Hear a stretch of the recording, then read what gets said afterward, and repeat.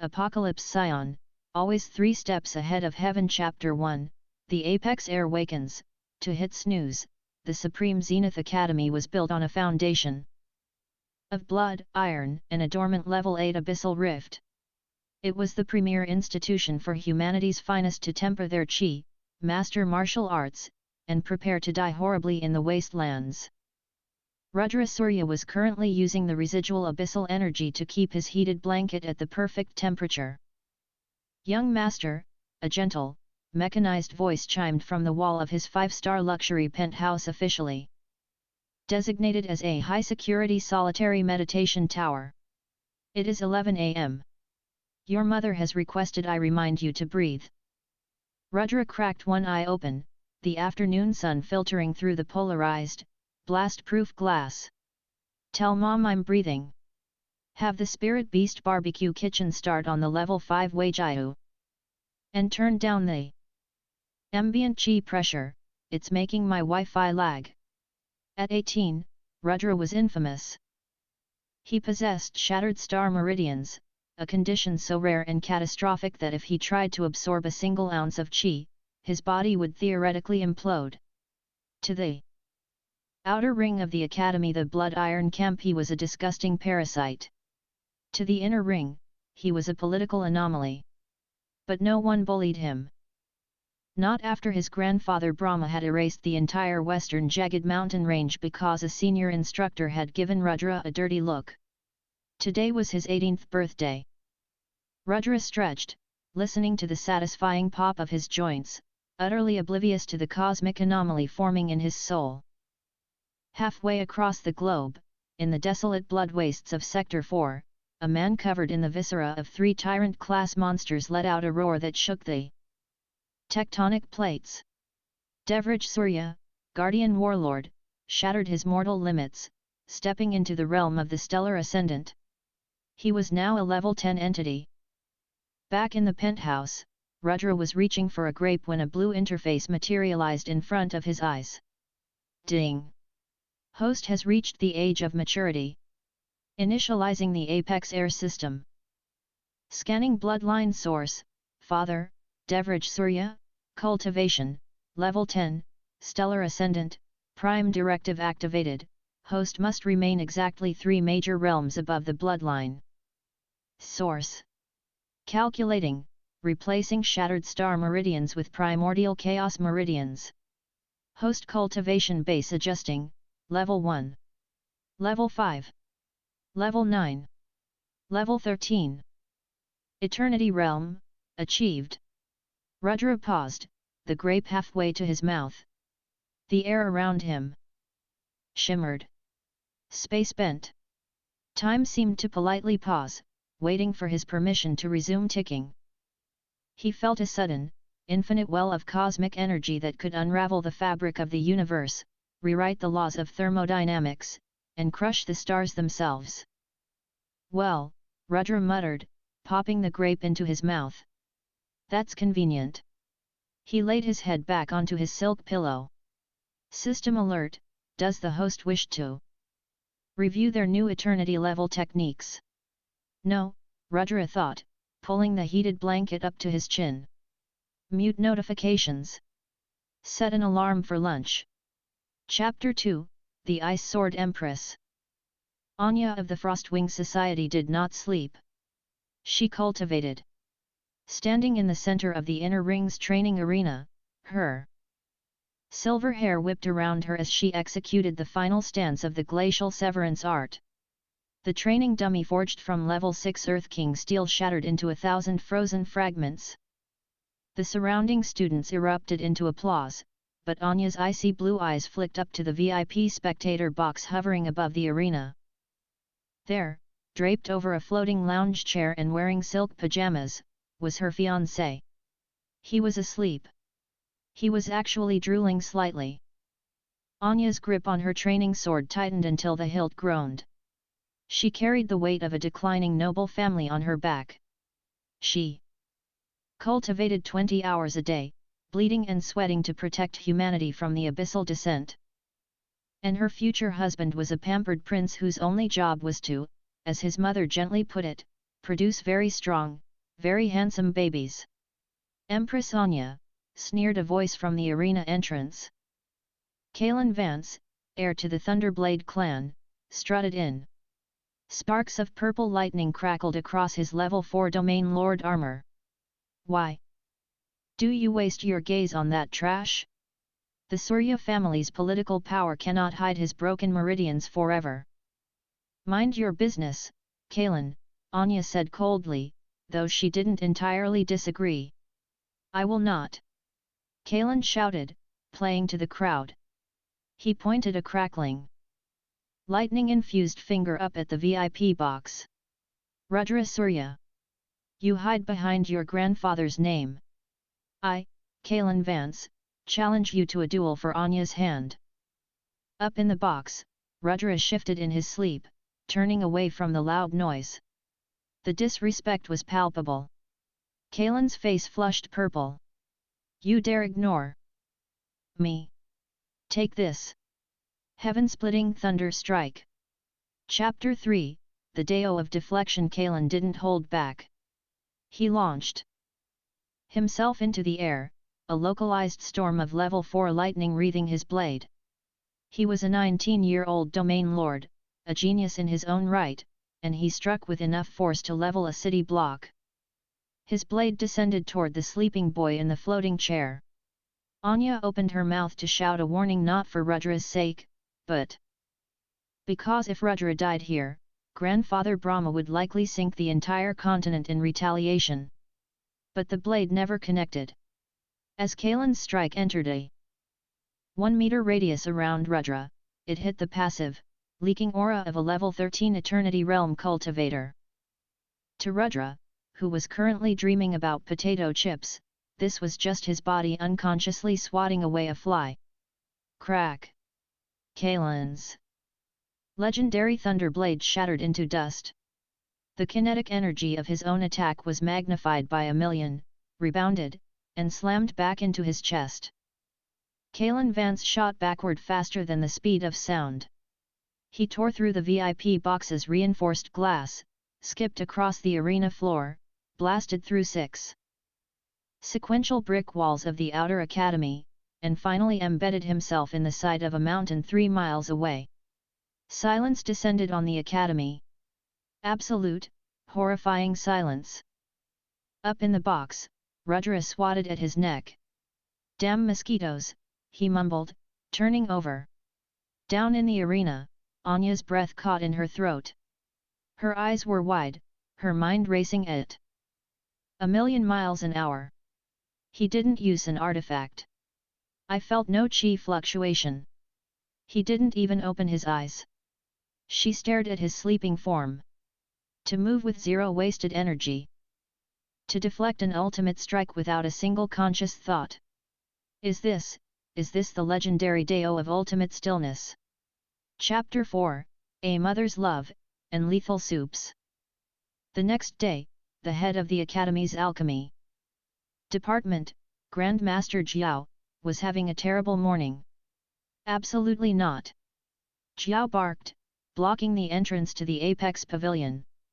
Madam Mira, Academy rules strictly forbid outside cultivation resources. It disrupts the delicate balance of the students' chi cycles. Mira Surya, a woman whose beauty was only eclipsed by the sheer terror she inspired, smiled warmly.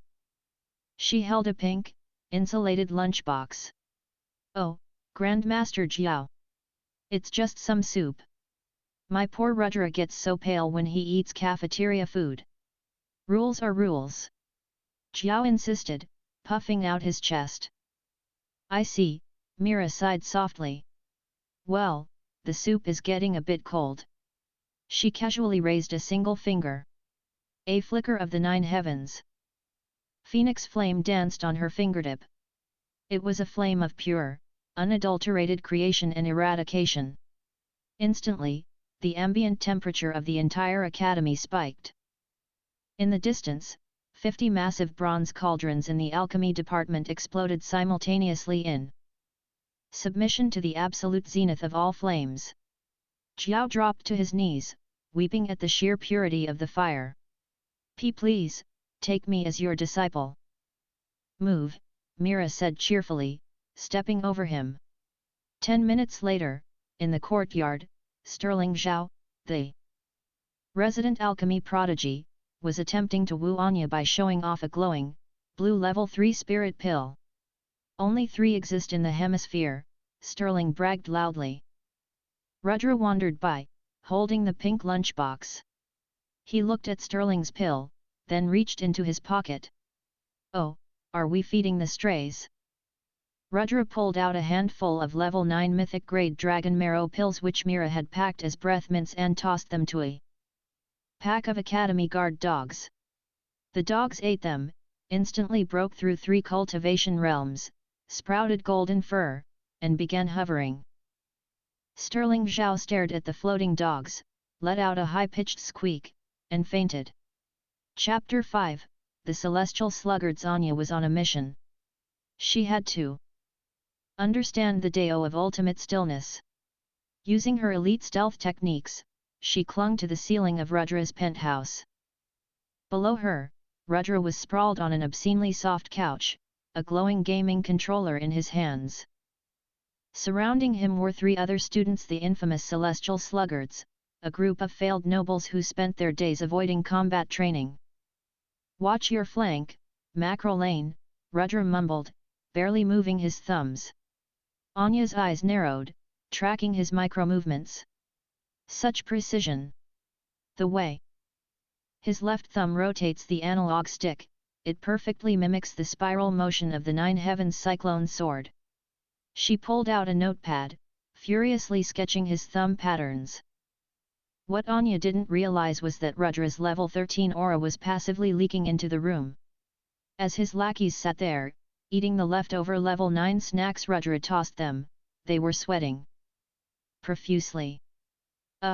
Boss, one of the lackeys gasped, a glowing aura erupting around him.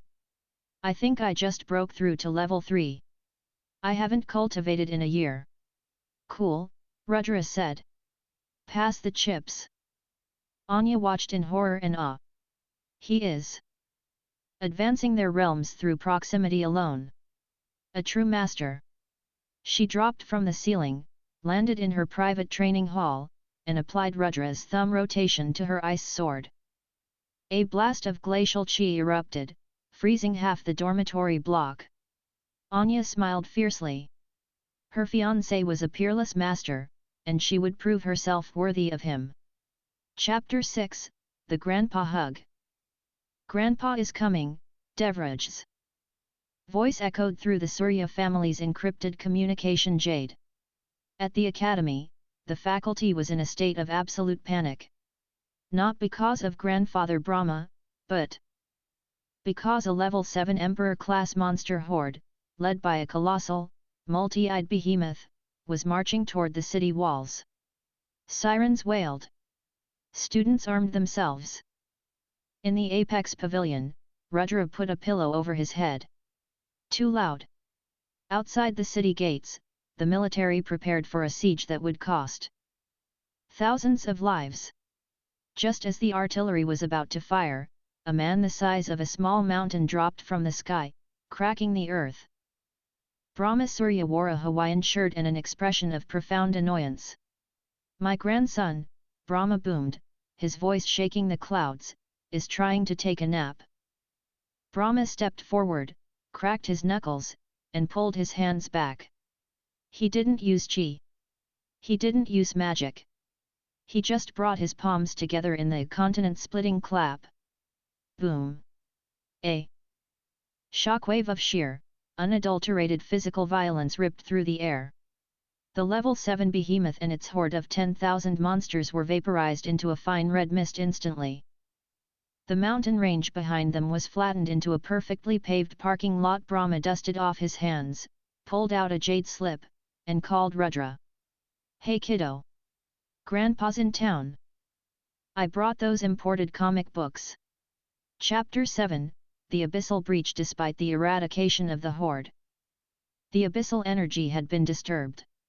2 days later, right in the middle of the Academy's Grand Assembly, the sky above the courtyard tore open like wet paper. A rift to the abyss, black and swirling with cosmic horror, expanded. The headmaster drew his blade, screaming orders, but he was silenced when a massive, scaled claw gripped the edge of the rift.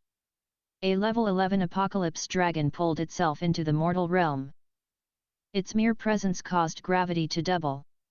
Students dropped to their knees, choking on the oppressive aura. Level 4 and Level 5 teachers threw themselves at the beast, only to be swatted away like gnats. Formation. Anya screamed, her Level 5 ice chi flaring as she stood between the beast and the younger students. But she knew it was futile.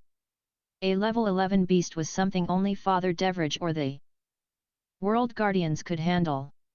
Up in the Apex Pavilion, the dragon's roar rattled Rudra's windows, knocking over his limited edition soda.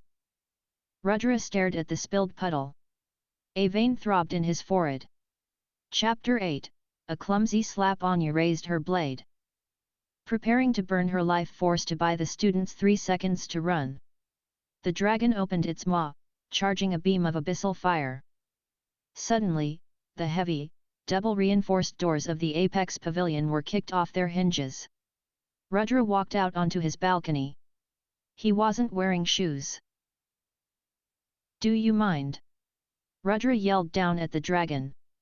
The level 11 beast, sensing a mortal, turned its massive head and fired the abyssal beam directly at the balcony. Anya screamed. Rudra sighed. He stepped off the balcony, casually walking on the air as if it were a staircase. The abyssal beam hit him and harmlessly diverted around his body like water hitting a stone. He descended until he was hovering right in front of the dragon's snout. "I need to make this look like a fluke," Rudra thought. "If they know I'm strong, they'll make me do homework. Whoops, I'm slipping." Rudra deadpanned in a monotone voice. He flailed his arm out in a highly exaggerated, theatrical manner, bringing his open palm down on the top of the dragon's snout. A level 13 Eternity Realm strike, disguised as a clumsy flail. Crack! The shockwave inverted gravity. The level 11 Apocalypse dragon's eyes bulged before its colossal body was launched upward at escape velocity. It shot through the abyssal rift, tore through the atmosphere, and disappeared into deep space.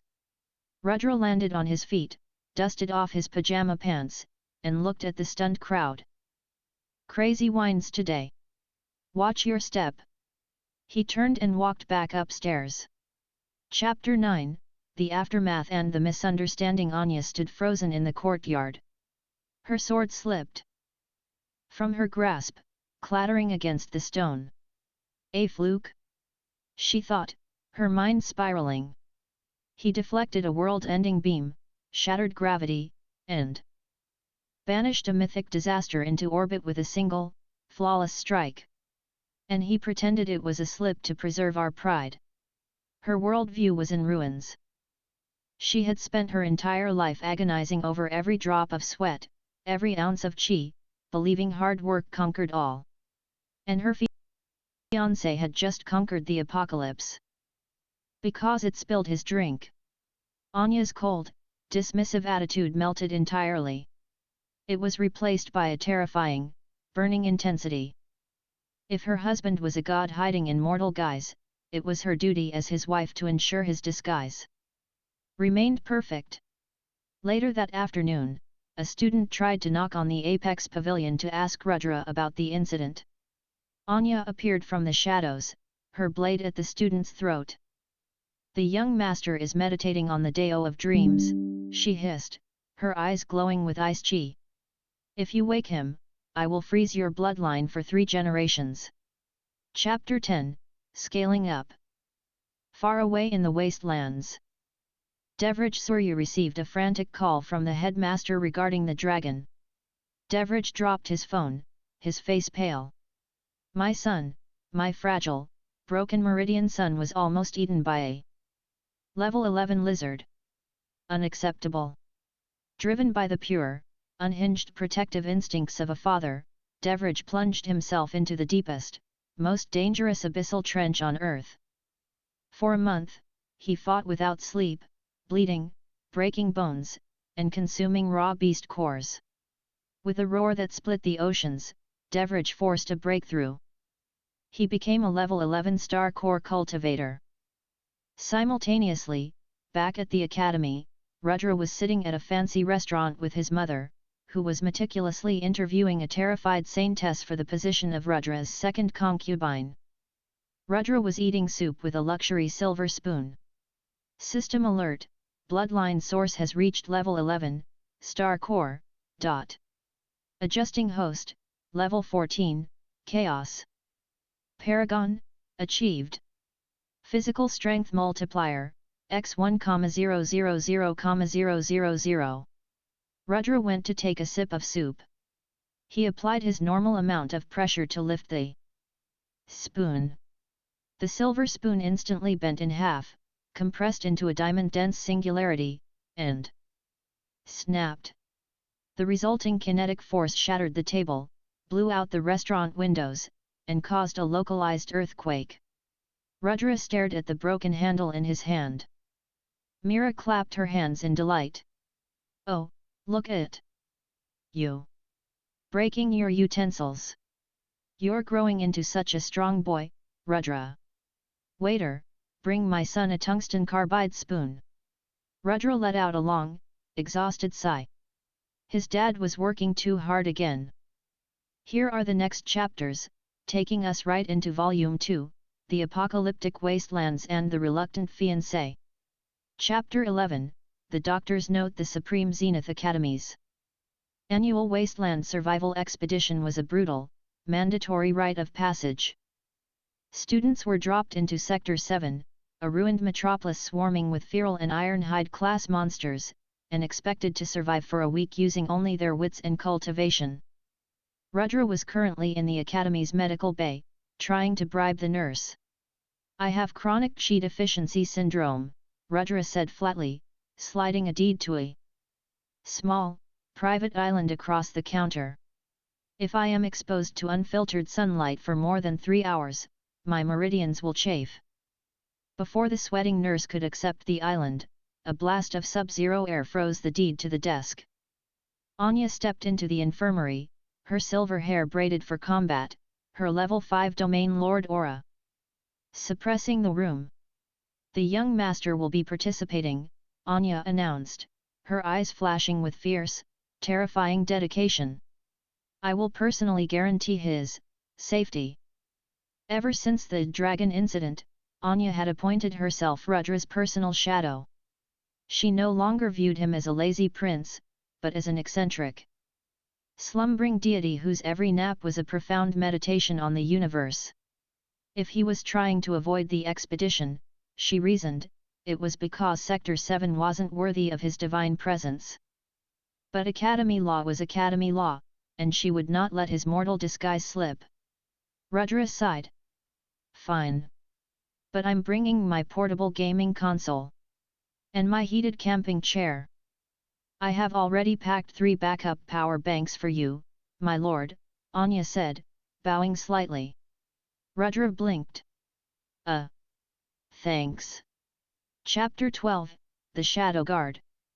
Barbecue Mother Mira did not handle the news of the expedition well. The idea of her precious, fragile boy sleeping in the dirt was unacceptable. So, she quietly hired the Blood Lotus Syndicate, the continent's deadliest mercenary guild, comprised of 500 level 5 warlords to act as Rudra's secret camping staff. Their orders were strict: eliminate any monster within a 50-mile radius of Rudra, set up his luxury tent, and ensure his campfire was burning at exactly 180 degrees Celsius to perfectly roast his marshmallows. Unfortunately for the syndicate, Sector 7 was hiding a secret. On the second night of the expedition, while the Academy students huddled in fear in the ruins of a skyscraper, the Blood Lotus Syndicate was ambushed. A newly mutated strain of level 8 void demons erupted from the ground.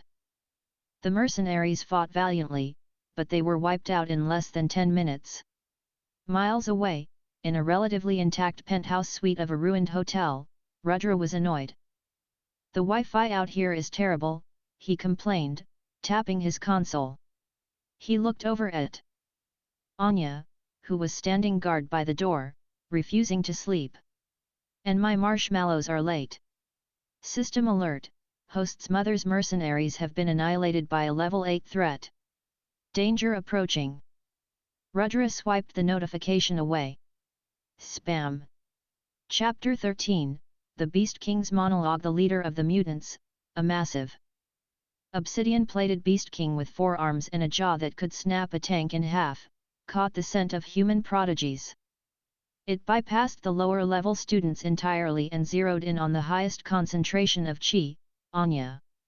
The Beast King crashed through the roof of the hotel, landing in the center of the penthouse. Its level 8 aura instantly crushed the surrounding furniture into dust. Anya drew her blade, the glacial severance art flaring to life. Stay behind me, Rudra. Do not break your meditation. The Beast King laughed, a sound like grinding tectonic plates. Fools! You humans think your walls can keep out the abyss? I have slaughtered your hidden guards. I will feast on your marrow, and then I will. Hey, Rudra interrupted.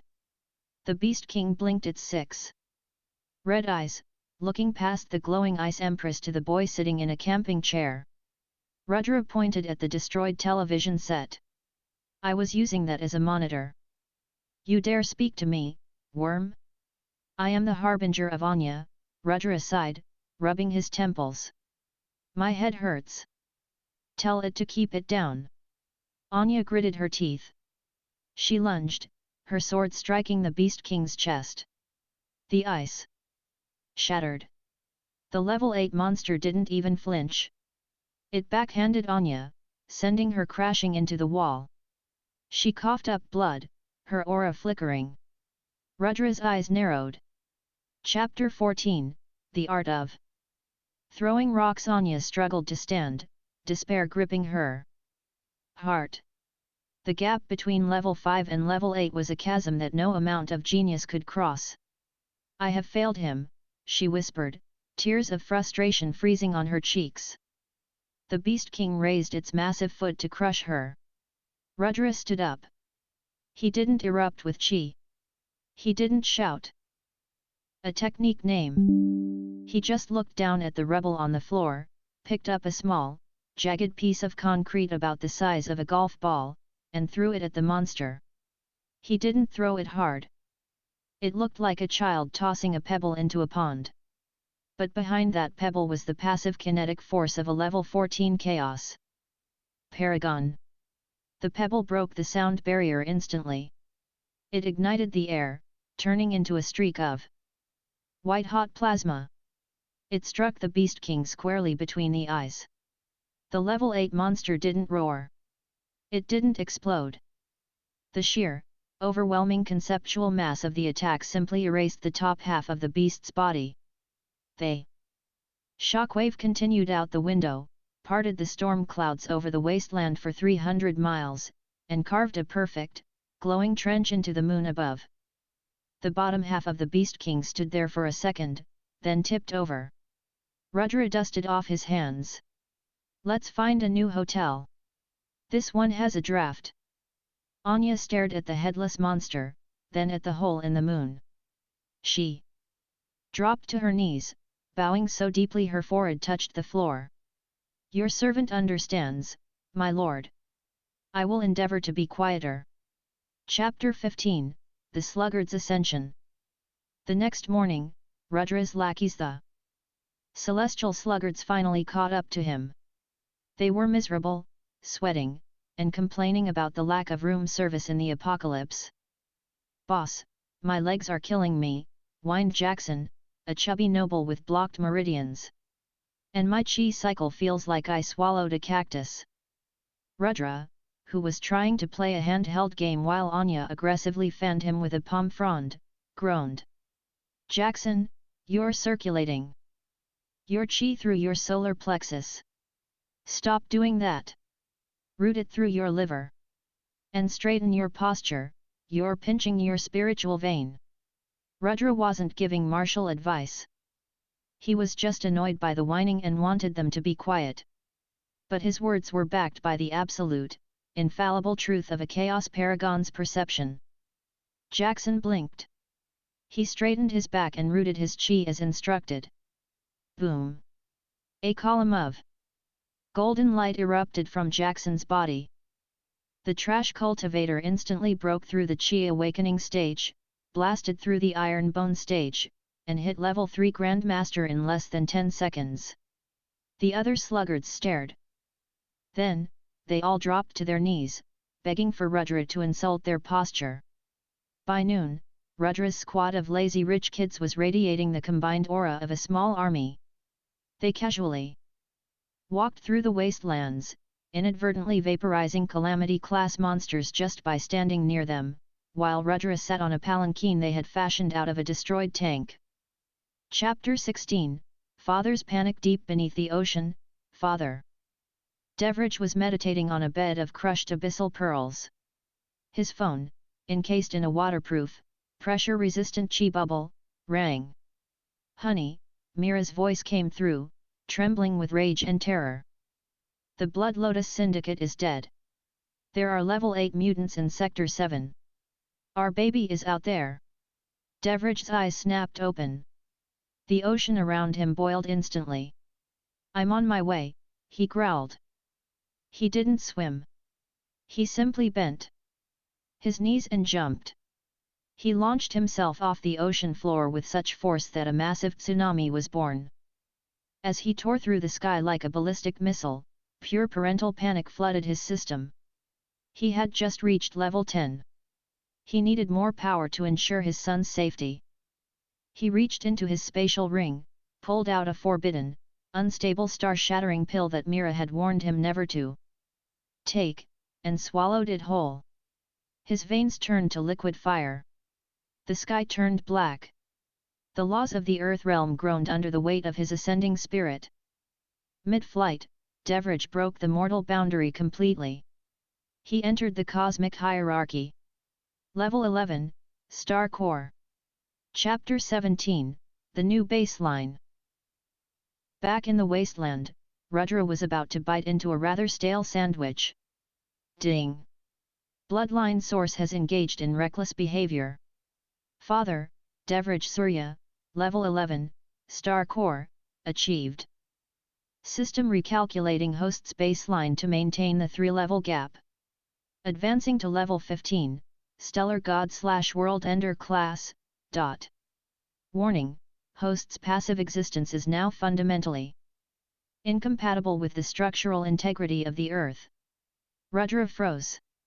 The air around him didn't just shimmer, it began to crack like glass.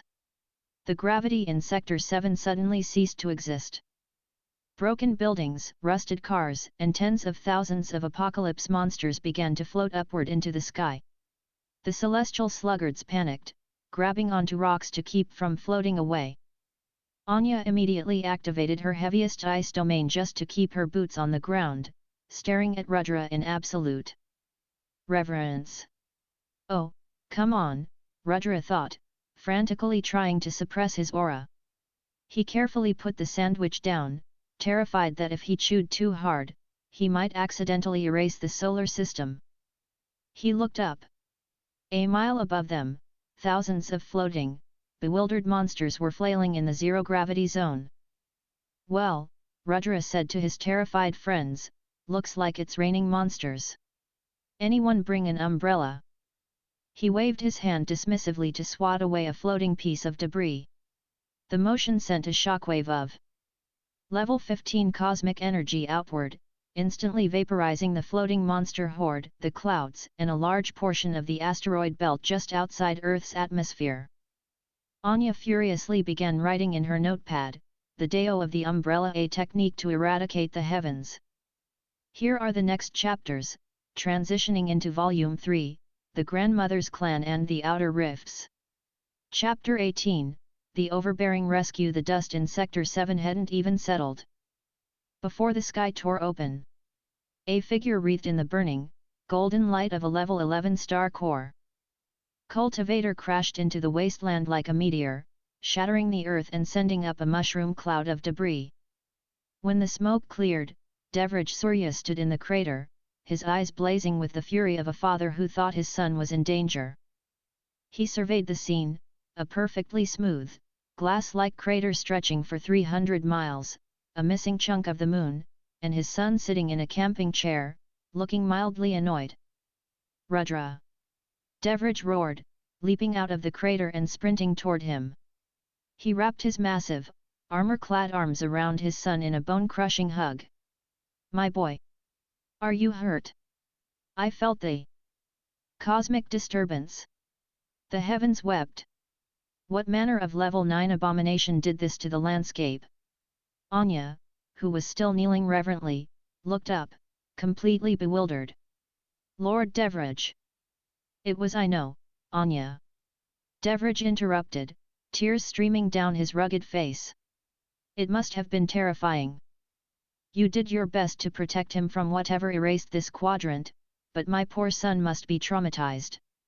Rudra patted his dad's heavily armored shoulder awkwardly. "Dad, it's fine. I just dropped a rock." "A rock?" Devraj sobbed, looking at the sky. "He's babbling from the shock. Let's get you home, son. Your mother is brewing a calming tea that costs more than the GDP of the Eastern Hemisphere."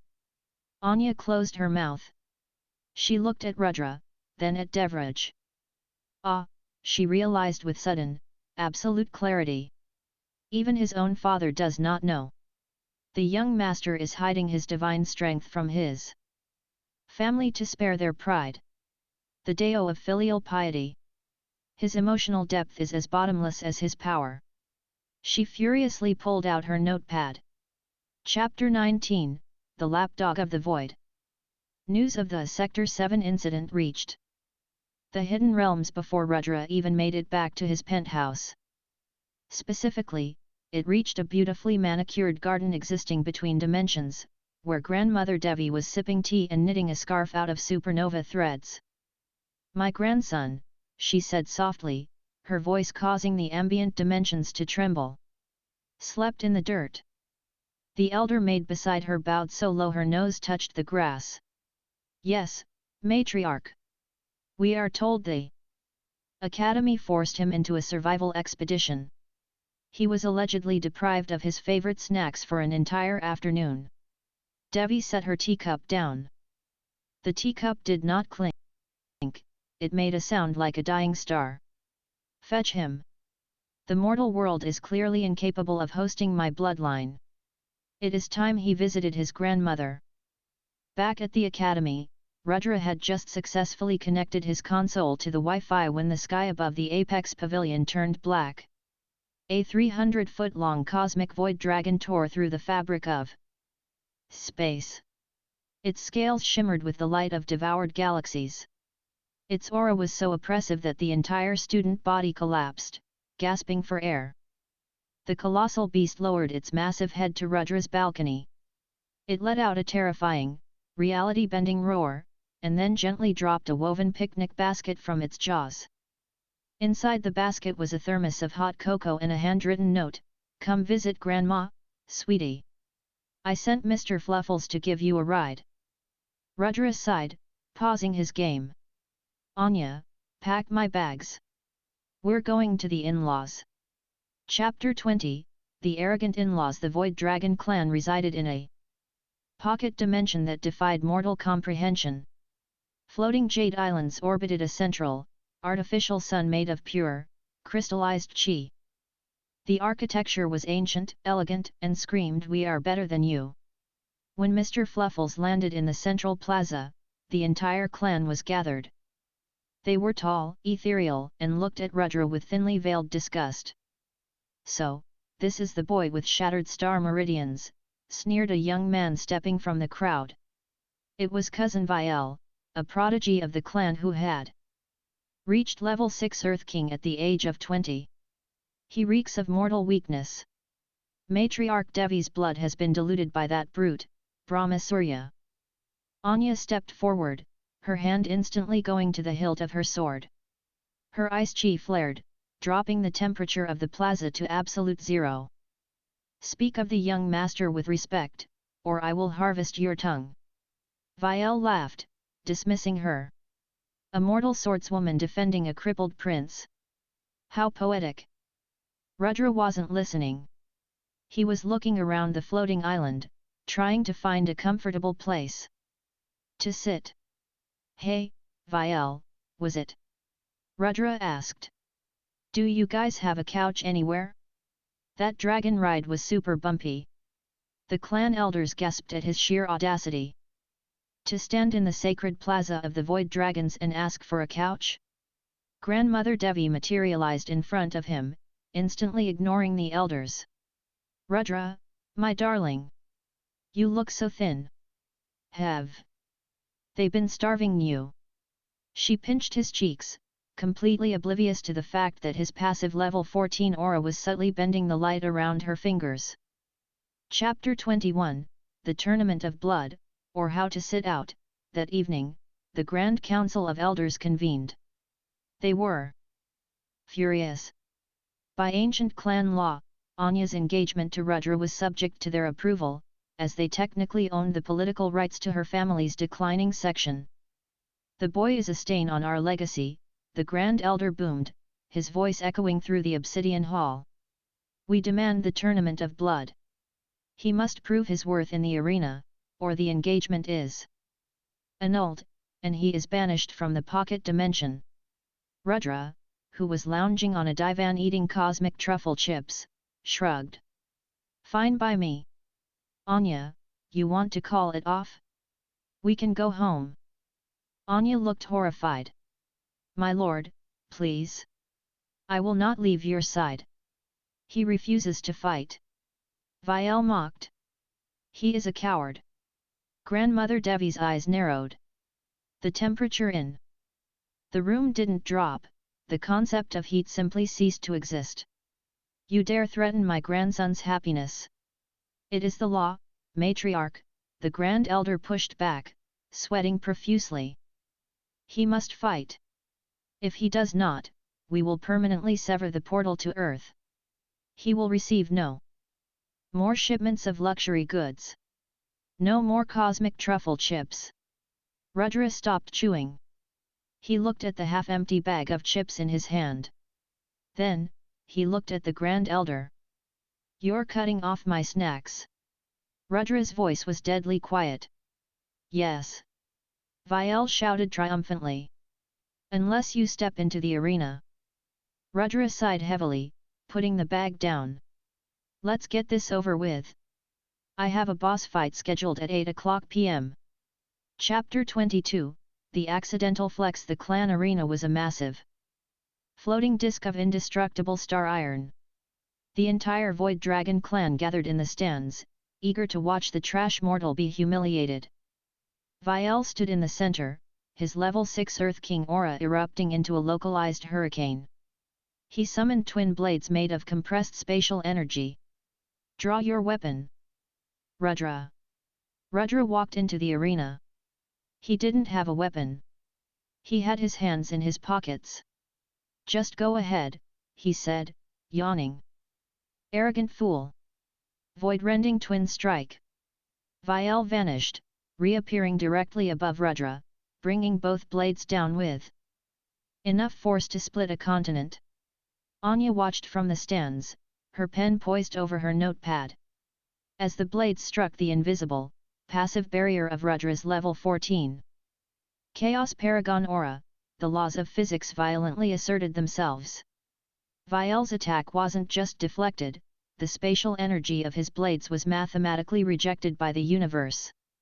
Crunch! Vielle's blades shattered into a million pieces. The kinetic rebound traveled up his arms, dislocating both his shoulders, fracturing his ribs, and launching him backward into the arena wall so hard he left a perfect Vielle-shaped indentation in the indestructible star iron. He slumped to the ground, unconscious. The arena was dead silent. Rudra blinked. He looked down at his shirt. Great. He got dust on my pajamas. Anya nodded sagely in the stands, writing, the Deo of Indifference. By caring so little about the attack, he rendered it conceptually meaningless. Chapter 23, The clan's hubris. The Grand Elder stood up, his face purple with rage. Witchcraft. The mortal used a forbidden artifact. The Void Dragon clan will not be mocked. In his fury, the Grand Elder made a catastrophic mistake. He decided to summon the clan's ultimate guardian beast to discipline Rudra. He reached into the spatial tier at the center of the arena and pulled on the ancient tether. But his rage clouded his focus. He pulled too hard. Instead of summoning their guardian, he ripped the spatial fabric entirely. A deafening, reality-tearing screech echoed through the pocket dimension. The sky turned from tranquil blue to a horrific, swirling violet. A level 15 abyssal rift had just opened inside their home. The oppressive weight of the rift instantly crushed the Grand Elder to his knees. The entire clan gasped for air as the gravity multiplied by 1,000. Tentacles made of pure, antimatter shadow began pulling themselves out of the rift, grasping at the floating jade islands and crumbling them into dust. Evacuate! Grandmother Devi shouted, her Star Eater fan snapping open, but even her legendary powers were struggling against the sheer, overwhelming mass of a level 15 anomaly. Rudra looked up at the tentacles. He was mildly annoyed because the violet light was glaring off his console screen. Chapter 24, The Grandfather and Father Team Up. Just as the largest tentacle prepared to swat the spectator stands, the dimensional barrier of the pocket realm shattered from the outside. Did somebody say my grandson is fighting? Brahma Surya, wearing a floral vacation shirt, dropped from the sky like a nuclear warhead. He didn't use a portal, he had literally punched his way through the dimensional fabric from Earth. Right behind him was Devraj, radiating golden star core energy. Stay away from my boy! Devraj roared. The father-son duo launched themselves at the level 15 rift. Brahma used his bare hands to physically wrestle a shadow tentacle the size of a mountain, while Devraj unleashed a barrage of stellar-infused martial arts. The battle was apocalyptic. The Void Dragon clan watched in absolute awe as the two mortal brutes held back a cosmic disaster. But it wasn't enough. The rift was expanding, and Devraj was bleeding from his eyes, his level 11 limits tearing at the seams. I will not fail him! Devraj screamed, his voice cracking. He thought of Rudra, his weak, fragile son who needed protection. He burned his lifespan. He burned his soul. With a blast of energy that blinded the entire dimension, Devraj shattered the cosmic ceiling. He stepped into level 12, the galaxy ruler. Chapter 25, The Soda Can. Down in the arena, Rudra was watching his father and grandfather fight. System alert, bloodline source has reached level 12, galaxy ruler. System recalculating host's baseline, advancing to level 15, stellar god/world ender class. Status, omnipotent within local galactic clusters. Rudra felt the shift. It wasn't just power anymore, it was absolute, unyielding authority over reality itself. He could hear the thoughts of the stars. He could see the structural code of the pocket dimension.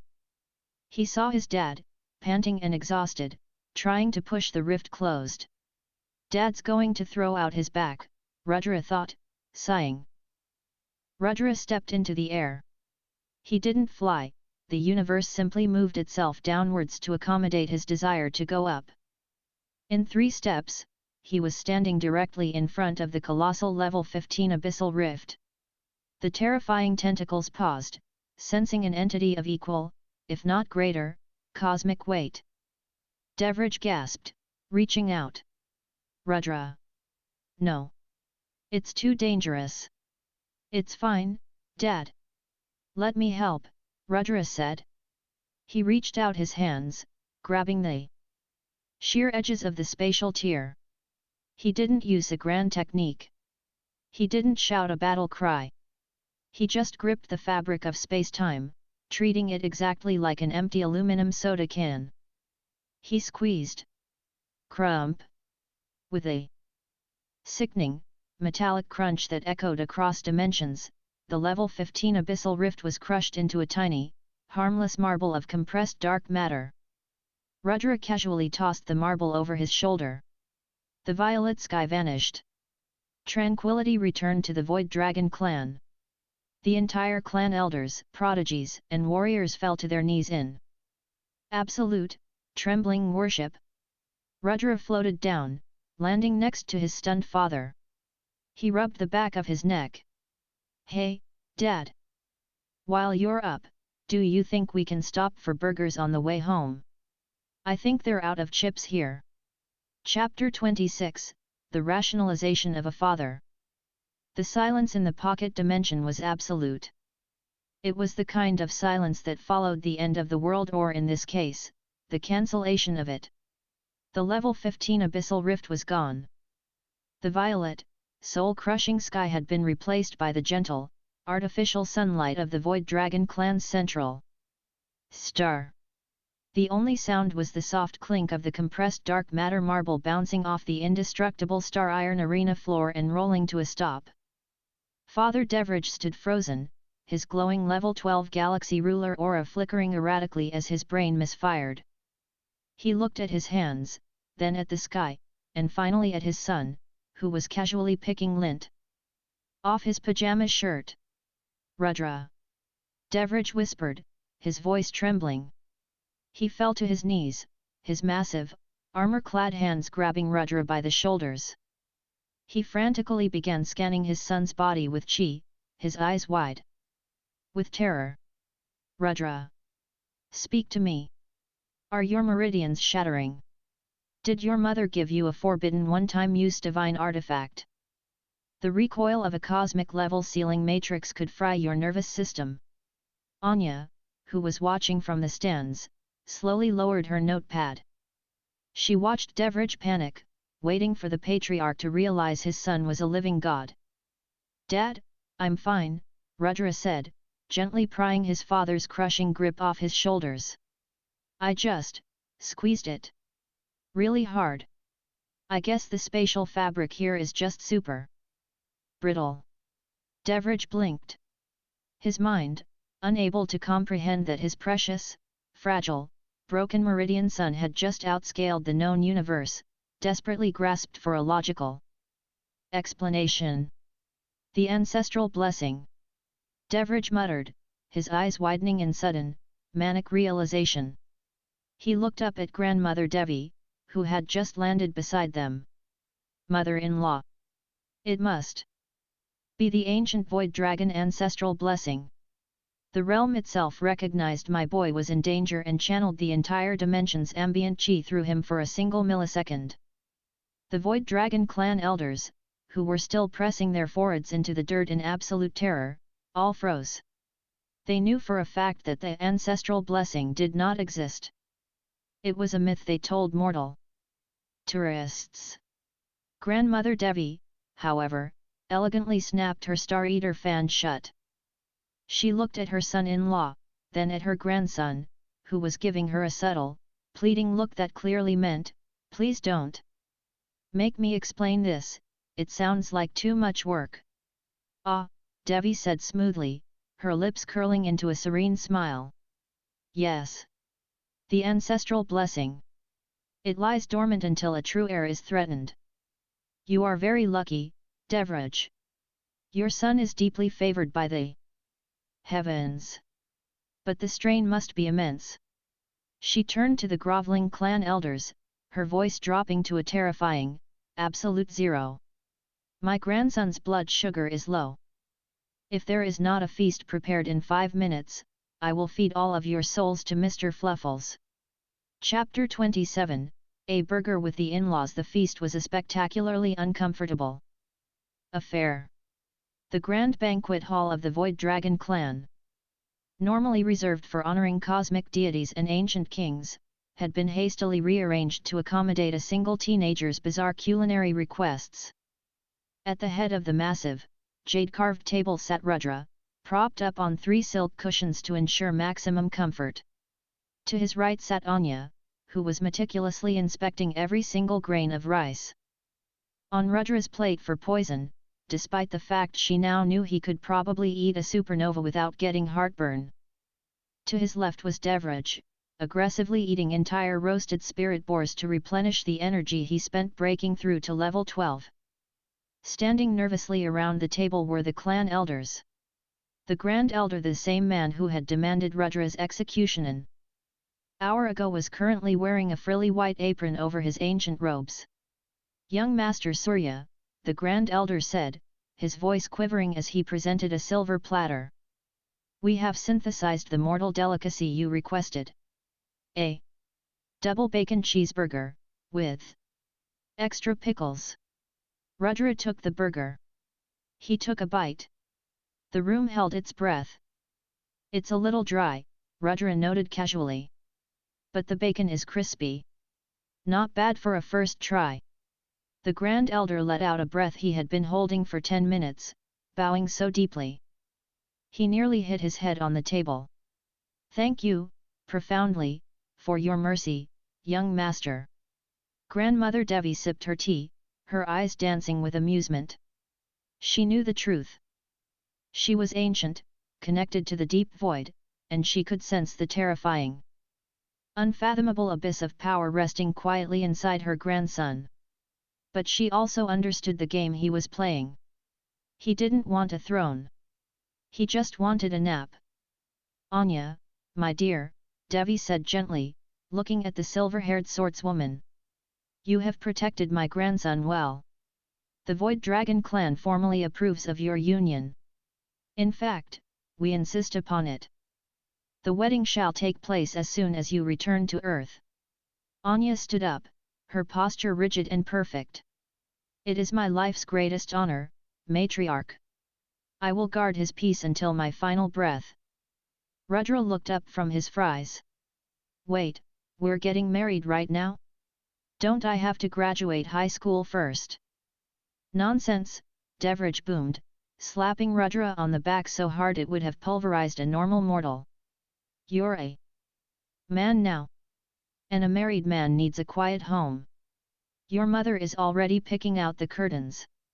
Chapter 28, The Deo of Matrimony returning to the Supreme Zenith. Academy on Earth felt like stepping out of a hurricane and into a waiting pool.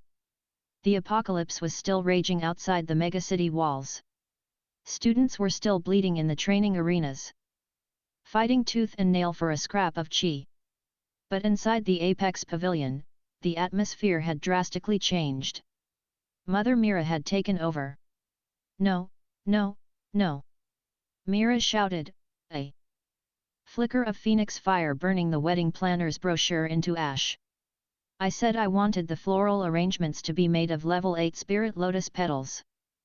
If the flowers don't passively heal the guests' internal injuries when they sniff them, what is the point? Rudra was sitting on his couch, holding a game controller, trying his best to become invisible. The dynamic between him and Anya had evolved completely. Previously, Anya had tolerated his presence out of duty. Now, she was a fanatic. She had moved her belongings into the Apex Pavilion nominally to prepare for the wedding, but practically because she refused to let him out of her sight. My lord, Anya whispered, suddenly appearing beside the couch and offering him a peeled grape on a silver toothpick. Your mother is causing a disturbance. Shall I silence the wedding planners so you may focus on your digital simulations? They're called video games, Anya, Rudra sighed, accepting the grape. And no, don't silence them. If mom doesn't micromanage the centerpieces, she'll start refining continents out of boredom. Anya nodded solemnly, writing in her ever-present notepad. The Deo of Restraint. He allows the chaos of the mortal world to flow around him without interfering, preserving the natural order. Anya, Rudra said, pausing his game. He looked at her. Really looked at her. Her silver hair was perfectly tied back, her posture was flawless, but there were faint, dark circles under her eyes. She was still cultivating 20 hours a day, pushing herself to the brink just to feel worthy of standing next to him. You need to relax, Rudra said gently. I cannot, my lord, she replied, her eyes fierce. The world is dangerous. Sovereign beasts roam the wastelands. I must become strong enough to ensure you never have to raise your hand again. Rudra felt a strange pang in his chest. For all his laziness, he wasn't heartless. He knew how much weight she carried. He reached out and gently tapped her forehead with his index finger. He didn't pass on a technique. He didn't force chi into her. He simply used his level 15 cosmic authority to issue a quiet, undeniable command to the ambient laws of reality surrounding her. Let her rest. Anya's eyes widened. A wave of profound, absolute tranquility washed over her soul. The crushing pressure of her own expectations dissolved. For the first time in 10 years, the Sword Empress felt sleepy. She swayed on her feet, and Rudra caught her before she hit the floor. He gently laid her down on the other end of the obscenely soft couch and draped his heated blanket over her. Take a nap, he whispered. The world isn't ending today. I promise. Chapter 29, The Ultimate Loophole. With Anya sleeping peacefully on the couch and the wedding preparations in full swing, Rudra leaned back and closed his eyes. Suddenly, the blue interface of the Apex Air system flared to life in the darkness of his mind. It didn't just ding, it sounded like a cosmic chime echoing through the halls of eternity. System update, major life event detected. Host is entering a formal matrimonial union.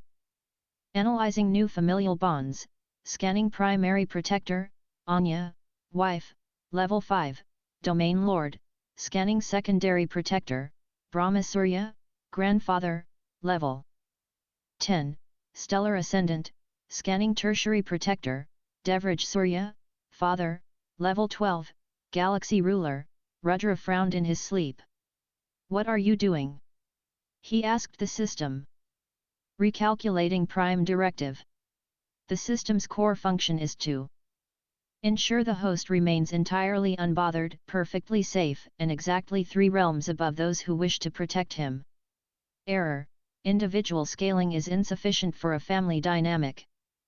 Host's wife is highly aggressive and likely to pick fights with higher dimensional beings. Resolving error. Applying the ultimate loophole. New baseline formula: father's realm plus grandfather's realm plus wife's realm, equals host's minimum baseline. Calculating, level 12 plus level 10 plus level 5 equals level 27. Adding prime directive, plus 3 realms, dot. Rudra's eyes snapped open in absolute horror. Wait. Stop. No. You can't just do math like that. That's not how cultivation works.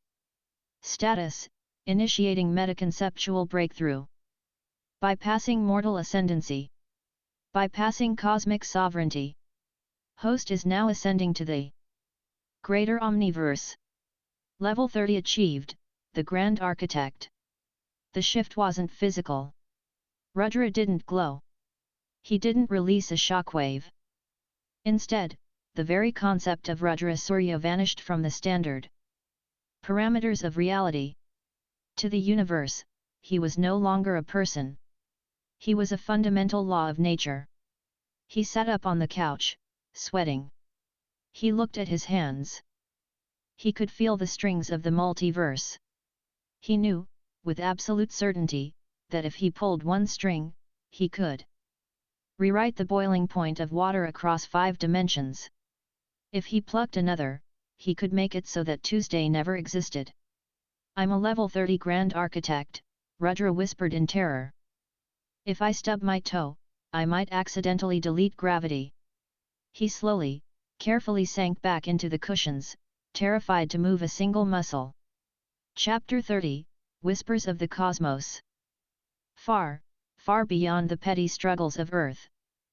Beyond the ruined wastelands, and beyond the pocket dimensions of ancient dragons, existed the White Void. This was the domain of the primal arbiters. The architects of the abyss. In a towering citadel made of crystallized dead universes, 3 figures, wreathed in swirling galaxies, sat around a massive scrying pool.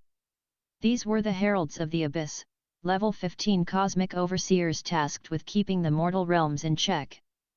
Anomaly detected in Sector 84 Alpha, one of the heralds spoke, its voice a chorus of collapsing stars. The Earth Realm.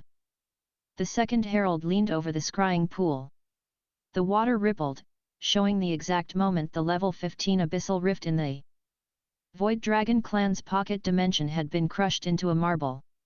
Impossible, the second herald stated coldly. A level 15 spatial tier cannot be manipulated by brute force. It must be unraveled through high-dimensional mathematics. Who collapsed it? Scanning. The third herald replied, its stardust eyes narrowing. Scanning. The data is missing. There is a blank space in the karmic record. The rift simply ceased to exist. Furthermore, the ambient destiny of Earth is distorting.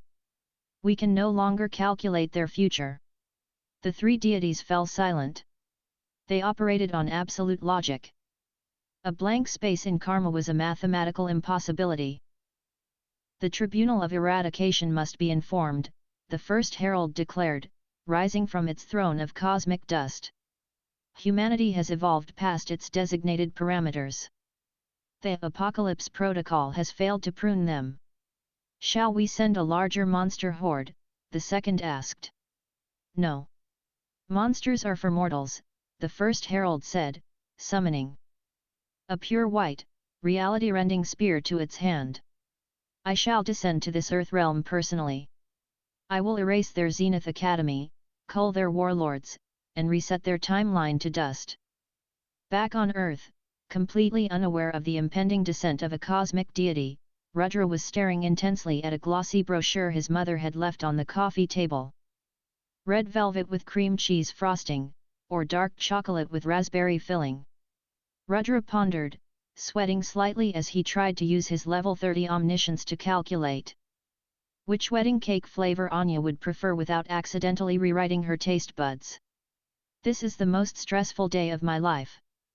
Here are the next 5 chapters, maintaining the slower, character-focused pacing as the Surya family inadvertently prepares to go to war with the cosmos over a ruined gaming session in a ruined wedding cake. Chapter 31, the conceptual frosting. Being a level 30 Grand Architect was exhausting, primarily because Rudra had to actively concentrate on not accidentally rebuilding the universe every time he had a stray thought. He stared at the wedding cake brochure in his lap. If I pick the raspberry filling, Rudra thought, will my subconscious desire for the perfect berry inadvertently alter the evolutionary timeline of all plant life on Earth to prioritize raspberry bushes? He blinked. Out the window of the Apex Pavilion, the Academy's meticulously manicured bonsai garden spontaneously morphed into an impenetrable thicket of hyper-evolved, glowing raspberry vines. Rudra squeezed his eyes shut. Stop it. Vanilla. Just go with vanilla. Beside him, Anya stirred on the couch. She sat up, her silver hair slightly messy, looking more relaxed than she had in a decade. The dark circles under her eyes were completely gone. She blinked, looking down at her hands, feeling the pristine, unburdened flow of her chi. I slept, she whispered, a look of profound shock on her face. She turned to Rudra, her eyes shining with reverence. My lord, you used your divine authority to banish my inner demons so I could achieve the Deo of slumber. I feel as though I could sever the moon. Please don't, Rudra said, gingerly placing the brochure on the table. The gravity on Earth is already messed up enough. Anya noticed the brochure. You are selecting the cake? My lord, you shouldn't burden your celestial mind with such trivial mortal matters. I will simply eat whatever you deem worthy. Anya, it's our wedding. You should like the cake. Rudra paused, carefully considering his next words so he didn't accidentally overwrite her personality traits. What flavor brings you joy? Anya stared at him. Her heart pounded. In the cutthroat world of cultivation, marriages were alliances of power. No one asked the bride what brought her joy. She quickly pulled out her notepad, her hand trembling slightly. The Deo of Compassion, she wrote. He holds the power to crush realms, yet he gently inquires about the desires of a mortal heart. Truly, his benevolence is as infinite as his strength. Chocolate, she said softly, a genuine, rare smile breaking through her usual icy demeanor. I have always liked chocolate. Chocolate it is, Rudra said, feeling a massive wave of relief. He didn't have to rewrite the universe, he just had to call the bakery. Chapter 32, The Uninvited Guest. The wedding cake decision was made, but the universe was not done bothering Rudra. 50 miles above the Zenith Academy, the thermosphere boiled away. The sky, which was a clear afternoon blue, suddenly snapped to a blinding, absolute white. It wasn't the light of the sun, it was the cold, sterile light of the white void. In the academy courtyard, the students and faculty froze. The ambient chi of the earth was suppressed instantly. High-level domain lords felt their knees buckle. What is that? Kalen Vance gasped, dropping his training sword as the oppressive aura pushed him face first into the dirt. Descending from the white sky was a humanoid figure composed entirely of swirling galaxies and stardust, clad in pristine cosmic armor. It was a herald of the abyss, a level 15 entity.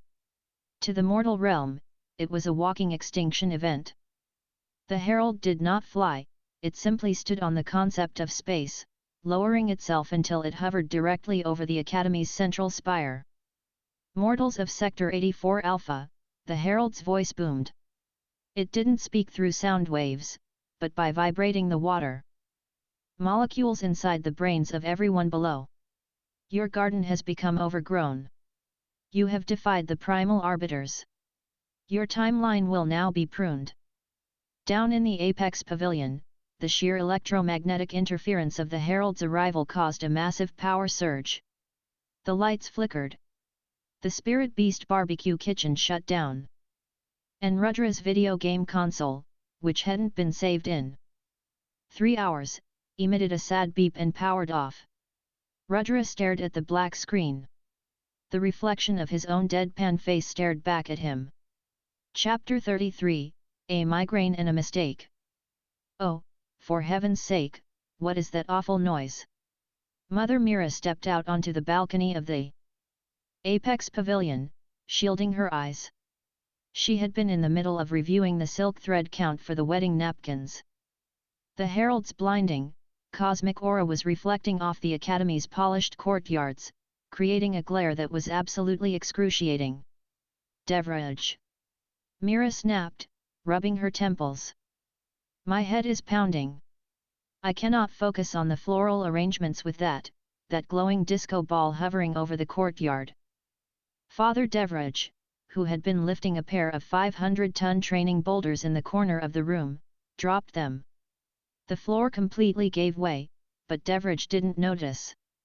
His eyes locked onto the glowing herald outside. His wife had a migraine.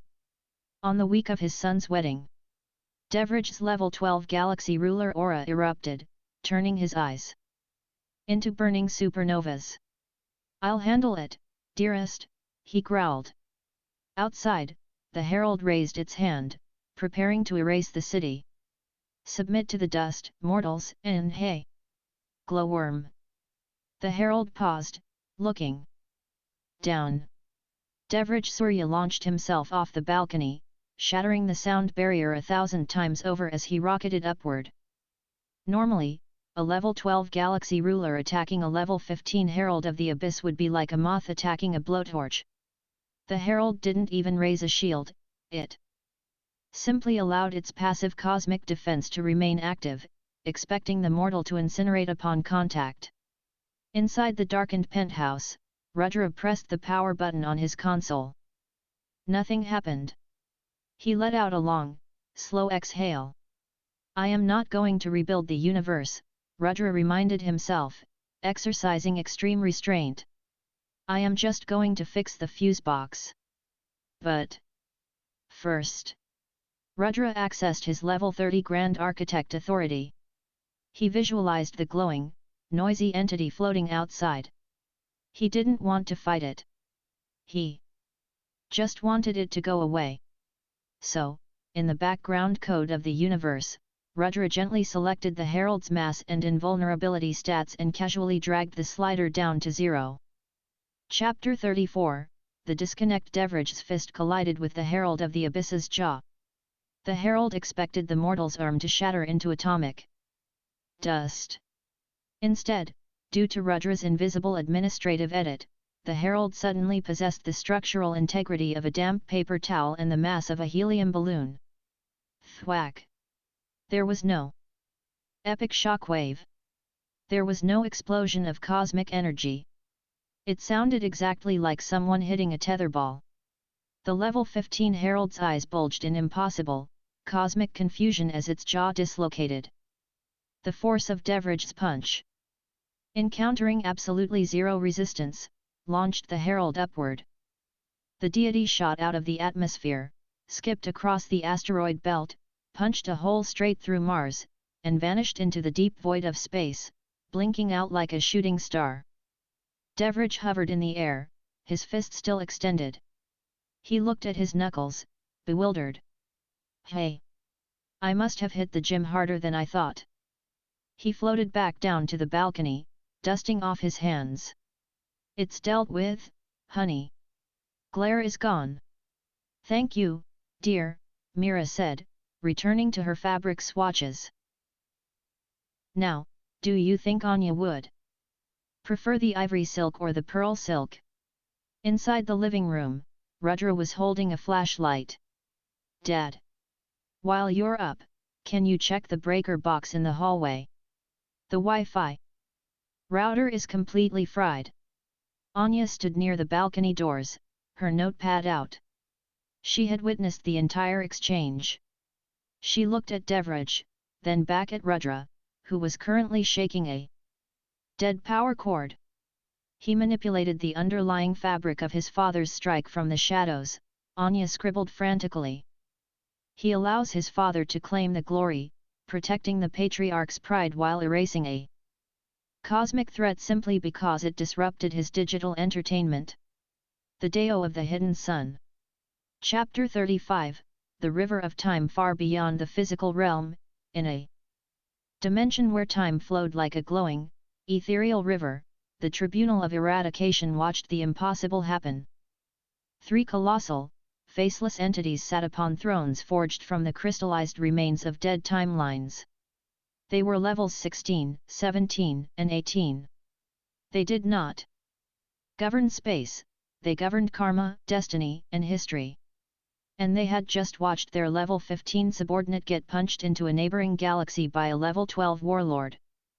The mathematical probability of that physical interaction is 0, the first judge told, its voice like a striking bell. The Earth warlord's strike was augmented by an anomaly. An invisible, heavy hand rests upon that planet. I see the anomaly, the second judge hissed, pointing a massive, shadowy finger into the river of time. The waters parted, revealing a vision of the apex pavilion. It zoomed in on Rudra, who had finally given up on the console and had fallen asleep on the couch, using a decorative throw pillow. He bears no cultivation base that our eyes can perceive, the third judge noted. He generates no karma. He is a glitch in the grand design. If sovereign Aegis is to harvest Earth, this glitch must be removed. We shall not attack his flesh, the first judge decreed. We shall attack his history.